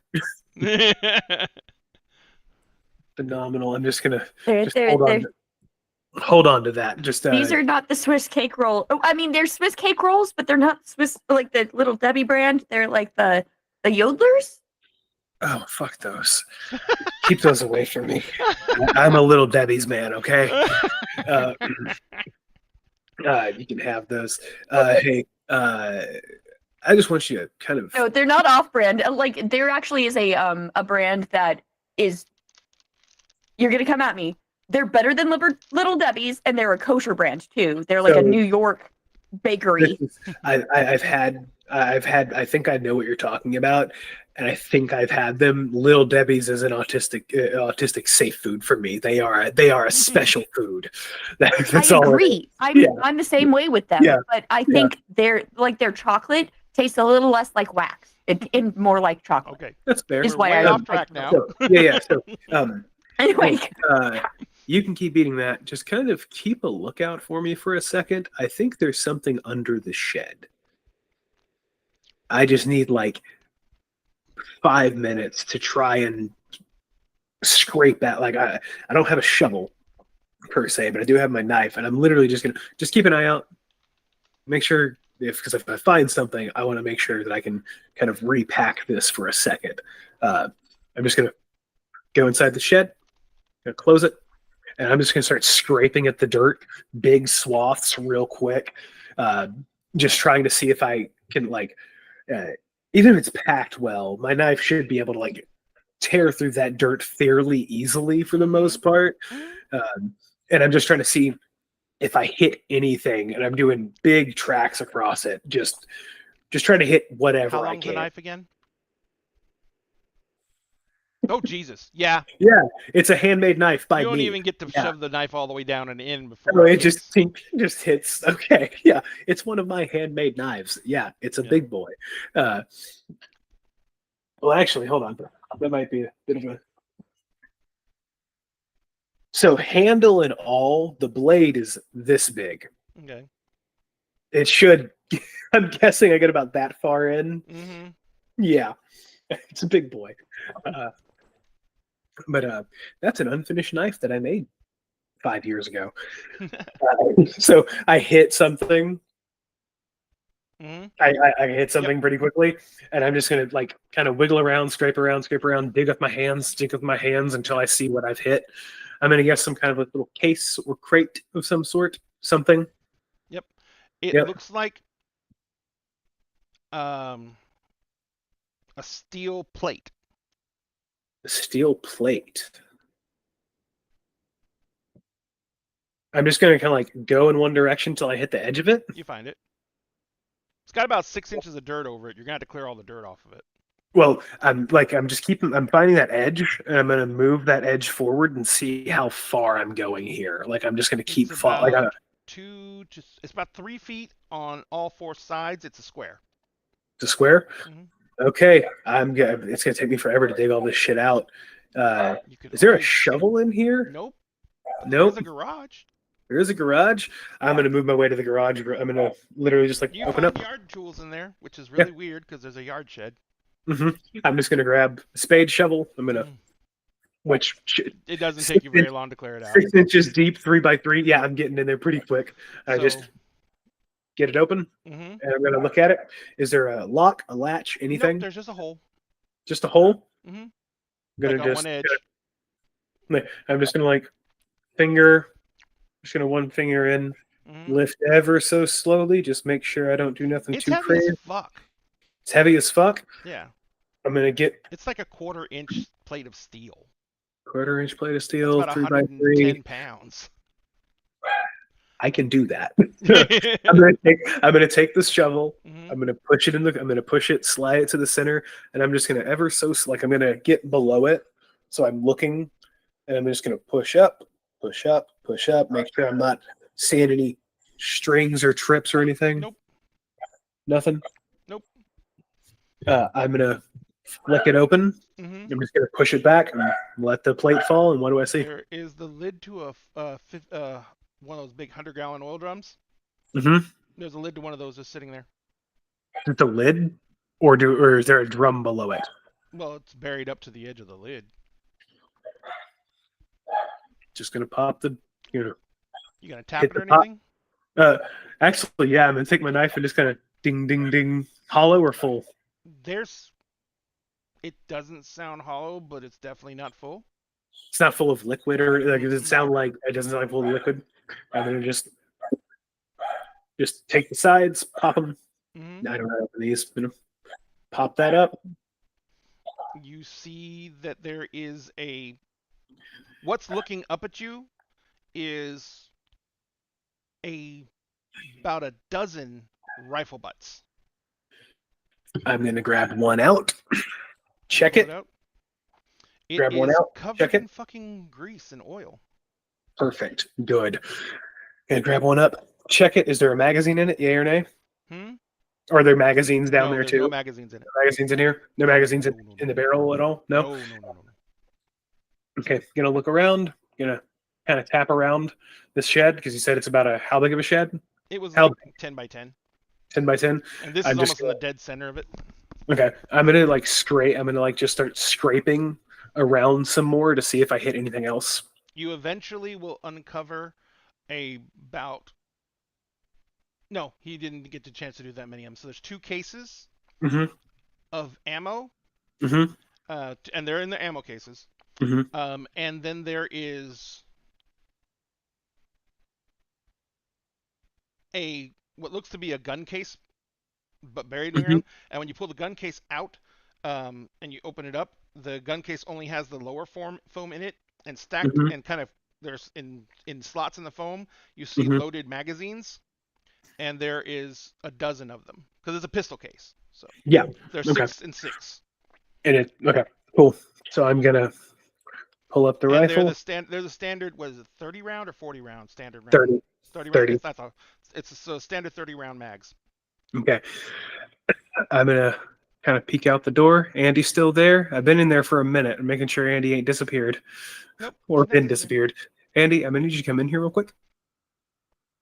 And I just point down. And he's like, I don't do shit Andy real makes quick their right way now. in. Just all I do is open. I just kind of put the door open a little bit and point. Can you fire one of these? We could take care of this Yes. today. We have 2 days before anyone else gets here. We could do this today, and we could run.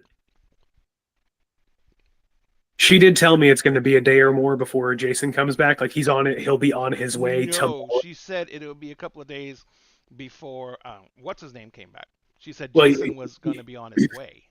Going to be on his way, which takes him Yeah. about a day to get here through all that. So we have several hours, if not a full day. And she said it would be a bit before John Baptiste would come this way. Hmm. Okay. Things just changed. I mean, how many of we them have we certainly seen so far? can. How many have you seen so far? that have been here. I know I've seen it. I already said there's at least 6, not There's counting 6? Mina. Not counting Mina. Yeah. And as you're kind of looking at that, there is a Ziploc bag taped to the inside top of the drum, and there is like a small, like one of those, the little journal pads, the books that the kids get for school. Yeah. The black and white ones. It's in there, and it says, and it just says on the front of it and the outside of it, it just has as like in like really hard drawn in pencil. It just says, "Please read." I unzip, flip it open.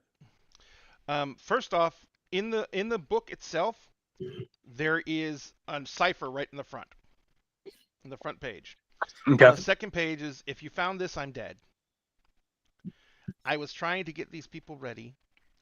I wanted them to be able to help me, but it was becoming more and more obvious that they couldn't. John Baptiste sent me in here to infiltrate this group and to see if they would be worth picking off.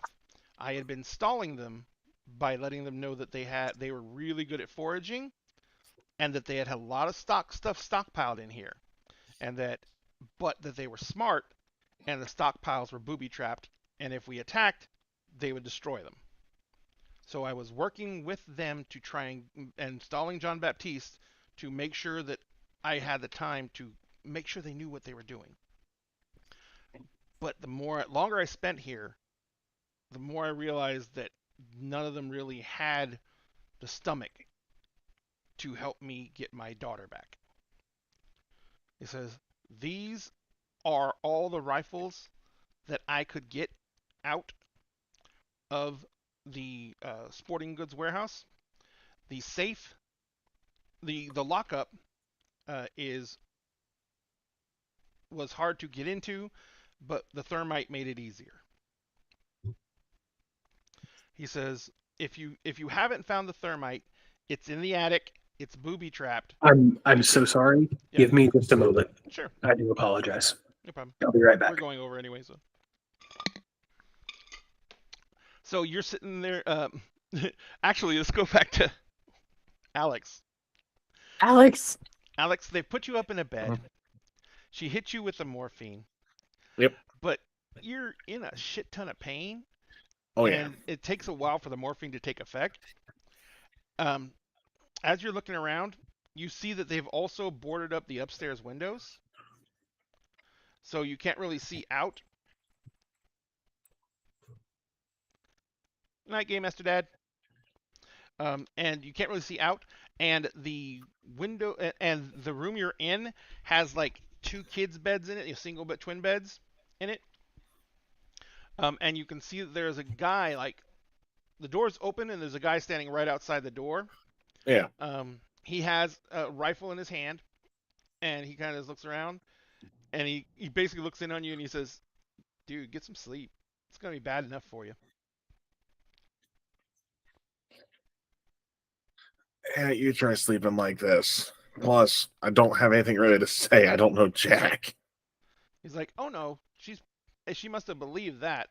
Now she wants to use leverage to get them to, like, calm the fuck down. If we hold you, then unless they really don't like you, they're going to be hesitant to do anything or try and make a plan that rescues you." Great. Yeah. And I'll probably cough a little bit. Dumb, but she's vicious.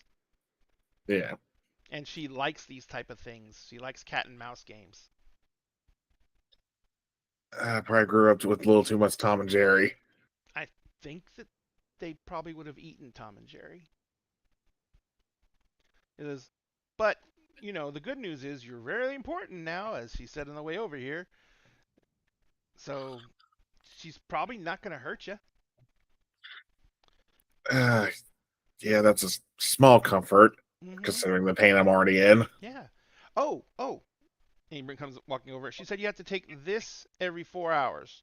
And he puts a thing down, and it says amoxicillin. She says, "You got a bunch of wounds on you and stuff like that." She doesn't want you to get like a fever and die and stuff, because that would make us look bad. See, I don't care. Now I'm really glad I didn't make myself in this game because that would not be a good thing for me to take. Because IRL, I'm allergic to Cillins. Oh shit. And Oh it's just yeah, no, it's IRL. just Like rashes, but if still.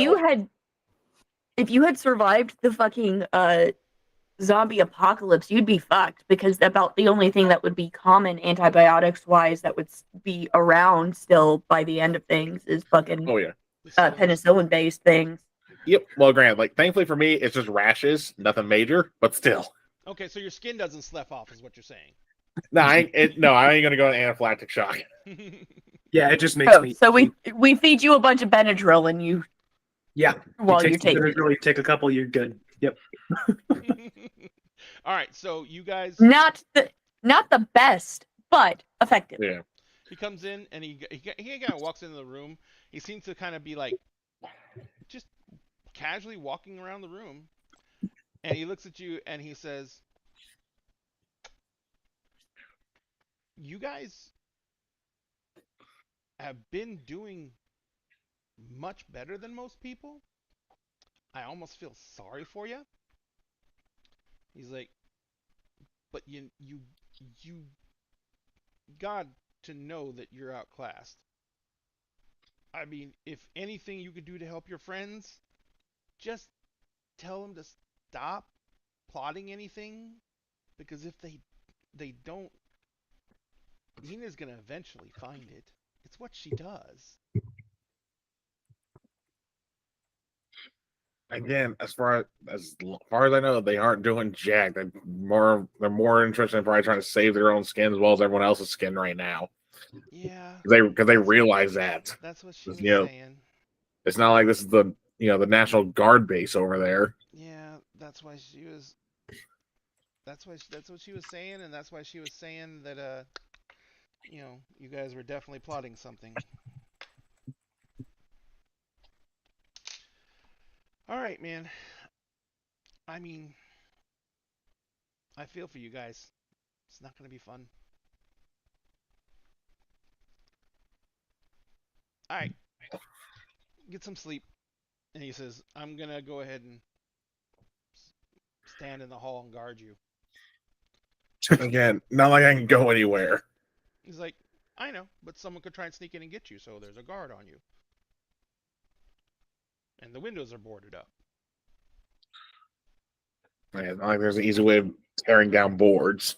There's a very easy way of tearing down boards, but that's if they don't care if you're injured or not. I'm referring to quietly. Oh, no. But anyway, yeah. You try and get some sleep. I'm going to stand here. I'm going to stay in the hallway with a rifle.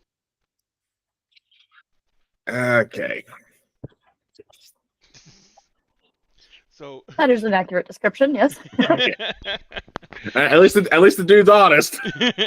Cut back over to he knows his job description and he does it well, damn it.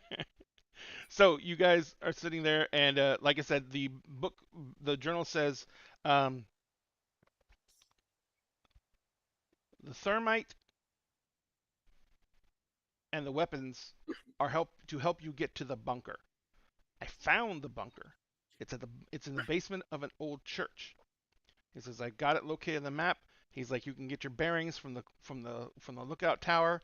He says, "Just stay on those bearings." He says, "I've also marked on the lookout tower, and you can decipher the words up there. There is a fucking motorized barge that has a full tank of fuel moored on the docks. I didn't mark it on any map. It's a junk barge, so it's covered in crap, so no one's bothering to look at it. But if you can get on there and get the motor to start," he says, "then you can get out of here." He says, "The barge is the other circle on the map that has all the shit about it. Because that's the name of the street and the dock number and everything in my cipher." He says, "If you can get to that, you can either go upriver or you can do whatever you freaking want. Because the barge is going to be able to take you anywhere you need to go." He says, "Only thing I ask, and I can't even think that you do it anyway, but the only thing I ask is you get my daughter away from Jean Baptiste." and take. I look at that. I look at that last one. I don't think we can do that. Sorry, Zach. I flipped through. Anything else in the journal? Like just anything else useful? He actually has his he actually probably drew in this journal because he's been here for a long time. He drew in this journal a lot, so he has like all the specs for how he loads his ammo and everything like that. And so he has everything set out in that. So he's basically got instructions for doing all that stuff written out in the thing. Okay. Almost the entire little thing is full. And it's a little like one of those guys. Okay, I'm just gonna put it in my satchel. I want to like look through all the cases real quick again. Any cans in there? Any silencers for the rifles? Nope. Okay, they're legal in Louisiana. But Dick's willing to carry them. Well, he seems smart. You could have found some. I was just wondering. Yeah. Okay, and I count 12 rifles, 12 magazines, like all in total, 1 magazine per rifle. They're completely filled, so 30 rounds.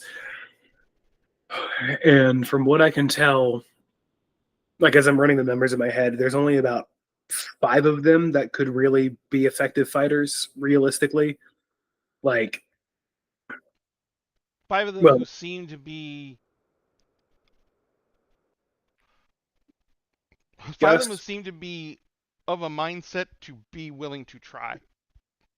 Gus, Frank, Paul, Bob. Well, Gus and Frank already told you they hunted, so they can handle rifles. Yeah, that's why they're first on my list. They're both getting one.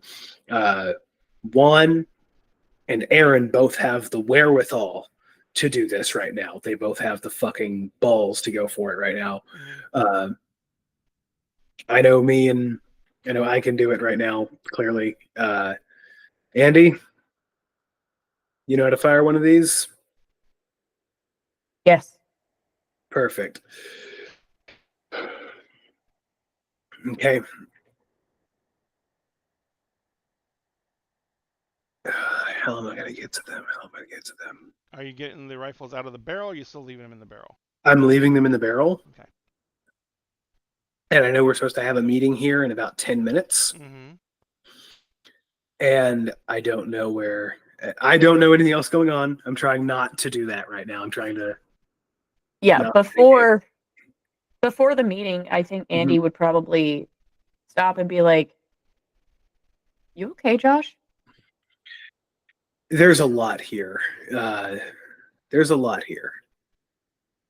We can end this today if we do this quickly.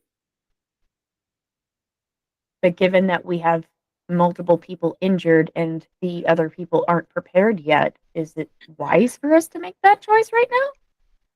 They're on edge, but there's not as many of them as there are of us. There's enough rifles here. If I put you in that attic, you can get shots off from up there and be under good enough cover that they shouldn't be able to hit you really easily. If Gus and Frank can move around and flank them from the other side, because we know which house they're in, right? If Gus and Frank, I start explaining to you how this could actually work really well.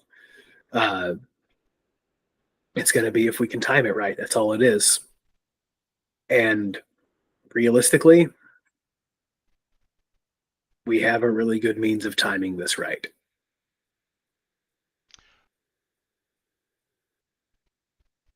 If we... Do you have...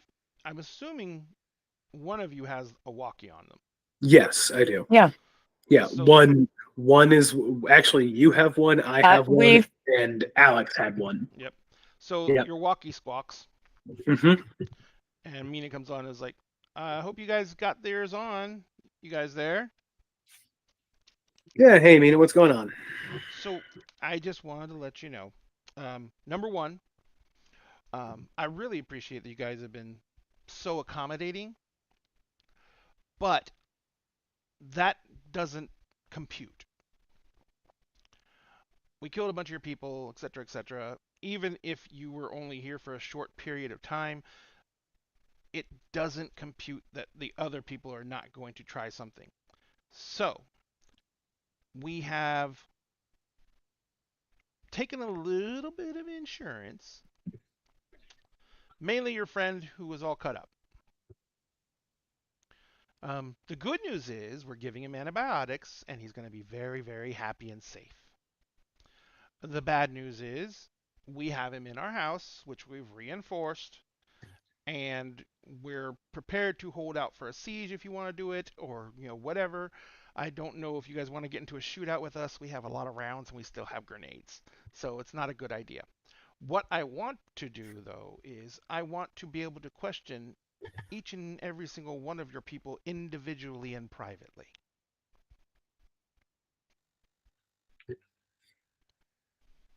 Let's say it's an interview. As long as they will be safe and not harmed, I don't see that any of them could really object to that. Yeah. And I'll say, honestly, the insurance policy makes complete sense. Yep. And we had more meds than you did, so it made sense for us to take him anyway. Honestly, I appreciate that. Mm-hmm. So, number one, don't make it shitty by making me have to kill him. He seems very nice, although he's really fucked up. Number two, we'll start the interviews in the morning. And we're going to start with the villagers first. That makes sense. You've already talked to the rest of us. Oh, we're still going to talk to you guys too, but we want to see how many stories are congruent. Sorry. Makes sense to me. I'm about to have her come to Jesus talk here in just a minute. We'll all be gathering in a minute to have her come to Jesus talk. You want me to tell them they're going to be interviewed in the morning? Yeah. Cool. Easy enough. That way, if any run tonight, we probably have our guilty parties. If there are any guilty parties, I would rather them go down than me. He says, once again, I respect that. I just don't know if I wholly believe it. So. And I just go, totally fair. So, I will see you guys in the morning. In the background, she just hears Andy just going, "They're fucking idiots and they're going to get us killed. Why would I care?" And right about the end of that, you want a Twinkie? We got Twinkies. Where the fuck did you get Twinkies?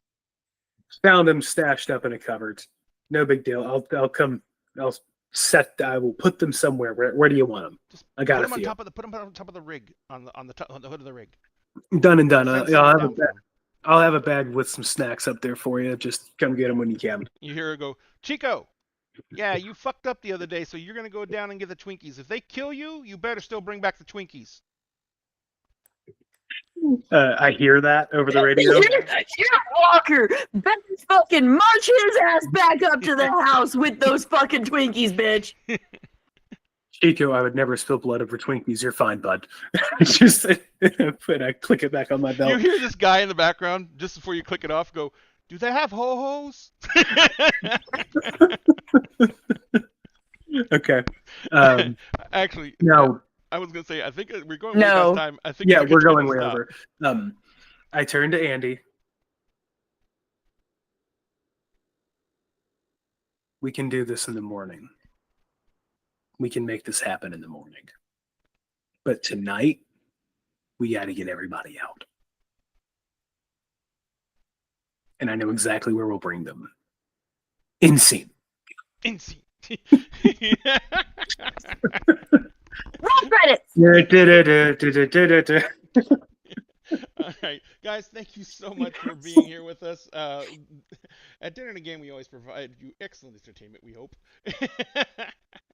Let me go ahead and let these wonderful people tell you where they can find you. You can find them on the massive, massive interwebs, because each one of these people is a content creator of some kind within their own right, and they have the right to tell you where you can find their amazing content creations, so you can give them a like or a follow to give them that little serotonin boost that they would otherwise not receive unless you did that. And their content is wonderful and amazing, so please go do that. We will start with the hipster GM himself. Uh, You fuck. I'll start with Kel. Kel, we'll start with you. The hipster GM themselves, you fuck! Where can No, people again- find you? Again, y'all, I'm Cal, so it's Celtic Wyvern King. You can find me on Twitch and TikTok under the same. You can also find me every Monday over on the Halfling Wizards channel for either Wimrise of Arya, which will be this upcoming game on Monday, which uses a brand new TTRPG system called Surge. It's really fun. Check it out. On the opposite Mondays is Orlea Origins, a 5e campaign set in Will's homebrew world of Orlea, where we fought 3 trolls and lived at level Yay! 3. At Hey, level it's 3. possible. It's doable. It was deadly, but There was doable. like 20 of you, right? Oh, that's actually good. That's a good number. Anyway, We go got ahead. lucky. But and then starting here soon on Wednesdays, you'll be able to find me there as well as I'll be part of a short shot for a thing called Roguelite Prince. It's a 5e short campaign that's set up like a roguelite thing. So when you die, you reset your progress, but you get to keep some things as well. Oh, neat. On Fridays, besides finding me here on Dinner and a Game for Walking Dead Jazz Funeral, you can find me on the opposite Fridays on my own channel for my Stargate 5e campaign. If you want to play catch up on that, all the episodes are on my YouTube, which you can find on my link tree. But yeah, because we get to deal with the consequences of people's actions because someone did some interrogation without approval. Okay, that's gonna go fun, I can tell. For me, I don't know about that. So, Lissa, where can people find you on the mighty, mighty interwebs? Hi, you can find me on all the places with all the buttons as Geek Girl Alyssa. We just finished Master New Generation, so you won't find me there this next week, but you can find me over on Beggar Street on Wednesdays this summer for Demigods. That is our summer game long shot thing that we're doing. And then we will be coming back for Master New Generation in September. But obviously you can find me here on alternating Fridays. And then on my channel playing video games and shit. And shit and stuff. Things in the Excite. Do it, Space Cowboy. Ta-da! And finally, we're back to the hipster GM. Are you ready? Yes. Okay, go right ahead. You can find me over on TikTok, almost exclusively. I'm on Instagram too if you want to follow there, but I haven't posted anything in a while. I use that more for keeping up with the internet friends. But you can follow me there. I am going to be posting some stuff there here soon as I work on some projects that I'm doing. But mainly just TikTok. You can find me there, and you can find me here every other Friday playing with Walking Dead Jazz Funeral. That may change in the near future. We will see. Just some life stuff changing up, and I might have the opportunity to be in a one shot or something, Gotcha. or a Excellent. guest spot. Guest spots and one shots are always fun. You can catch this semi-edgy, always angsty, overthinking, chaotic mess that I am in another game. Oh yeah, and don't forget that Ren is going to be running for us, and he's going to be doing quite a few one shots. Mhm. So if you want to jump in anything, just watch. This is Yeah, I'm keeping track of all of it. Gotcha. Don't worry, I've been pondering, I've been thinking. Pondering. Mhm. Gotcha. Excellent. All right, ladies and gentlemen, and you can find Internet Games links in our link tree, which is there, which includes the links to our merch store and the links to our discount codes with Many Worlds Taverns. Also, remember, if you want to support Dinner and Game, like and subscribe everywhere you can find us. We would love to see our subscription numbers go up because that's going to help us pay our payroll, because we do actually have employees, and currently that payroll comes out of my pocket, and it hurts. It hurts bad. But we're trying to get that up because we're trying to develop more content, and for that we need more content creators. And I believe the content creators should be paid for their work. So anybody who GMs a campaign for Dinner and a Game is going to be paid. Right now we have one full-time full-time GM, which is Renowned, and we have an administrator who is basically the person who tells me what to do, and that's Madness Diamond, and they scare me. So I do everything they say, unless my wife tells me not to. But she checks with Madness first, so I still do everything she says. But anyway, now what we're going to do is on our other social media, we're going to go ahead and bid you a good night and hope you have a great weekend. On our Twitch channel, we're going to raid out into somebody else's stream. If you've never been on a raid before, basically what that means is we're going to take our audience, jump into their audience. When you get there, tell them thank you for creating content, tell them that you love that they're here for you, and give them a like or a follow if you can to make sure that that is appreciated on their side. Also, if you want to, you can go ahead and follow them. Not follow them. Sorry.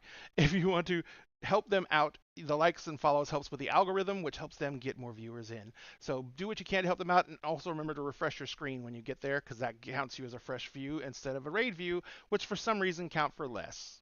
But we're going to go ahead and jump in there and see who we're going to raid. In the meantime, you will be able to see the stream ending screen for a few moments while we get everything ready. And the rest of our social media, once again, have a great weekend. Remember, at Dinner Game, we always say you a seat at the table. So do what you can, social distance where you can, wear a mask when you can. Almost all of us went to Gen Con. Almost all of us got COVID. It sucked. It's real. We want you to protect yourselves because you need to have all your spell slots available so that you can come and basically hang out with us as often as you can. We will see you later, and thank you once again for being with us. We love you all very, very much. Bye.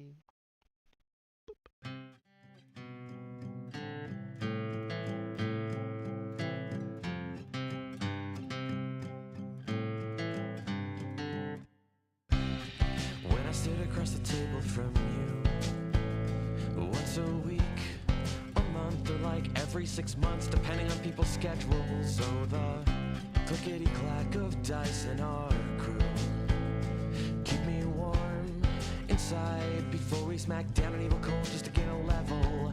And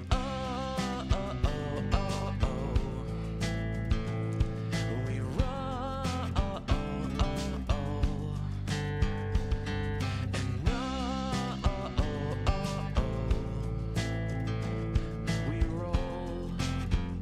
We rolled a critical hit to the heart. People grow up, forget how to play, but not us, no. We laugh due to a dad joke or innuendo, probably it's how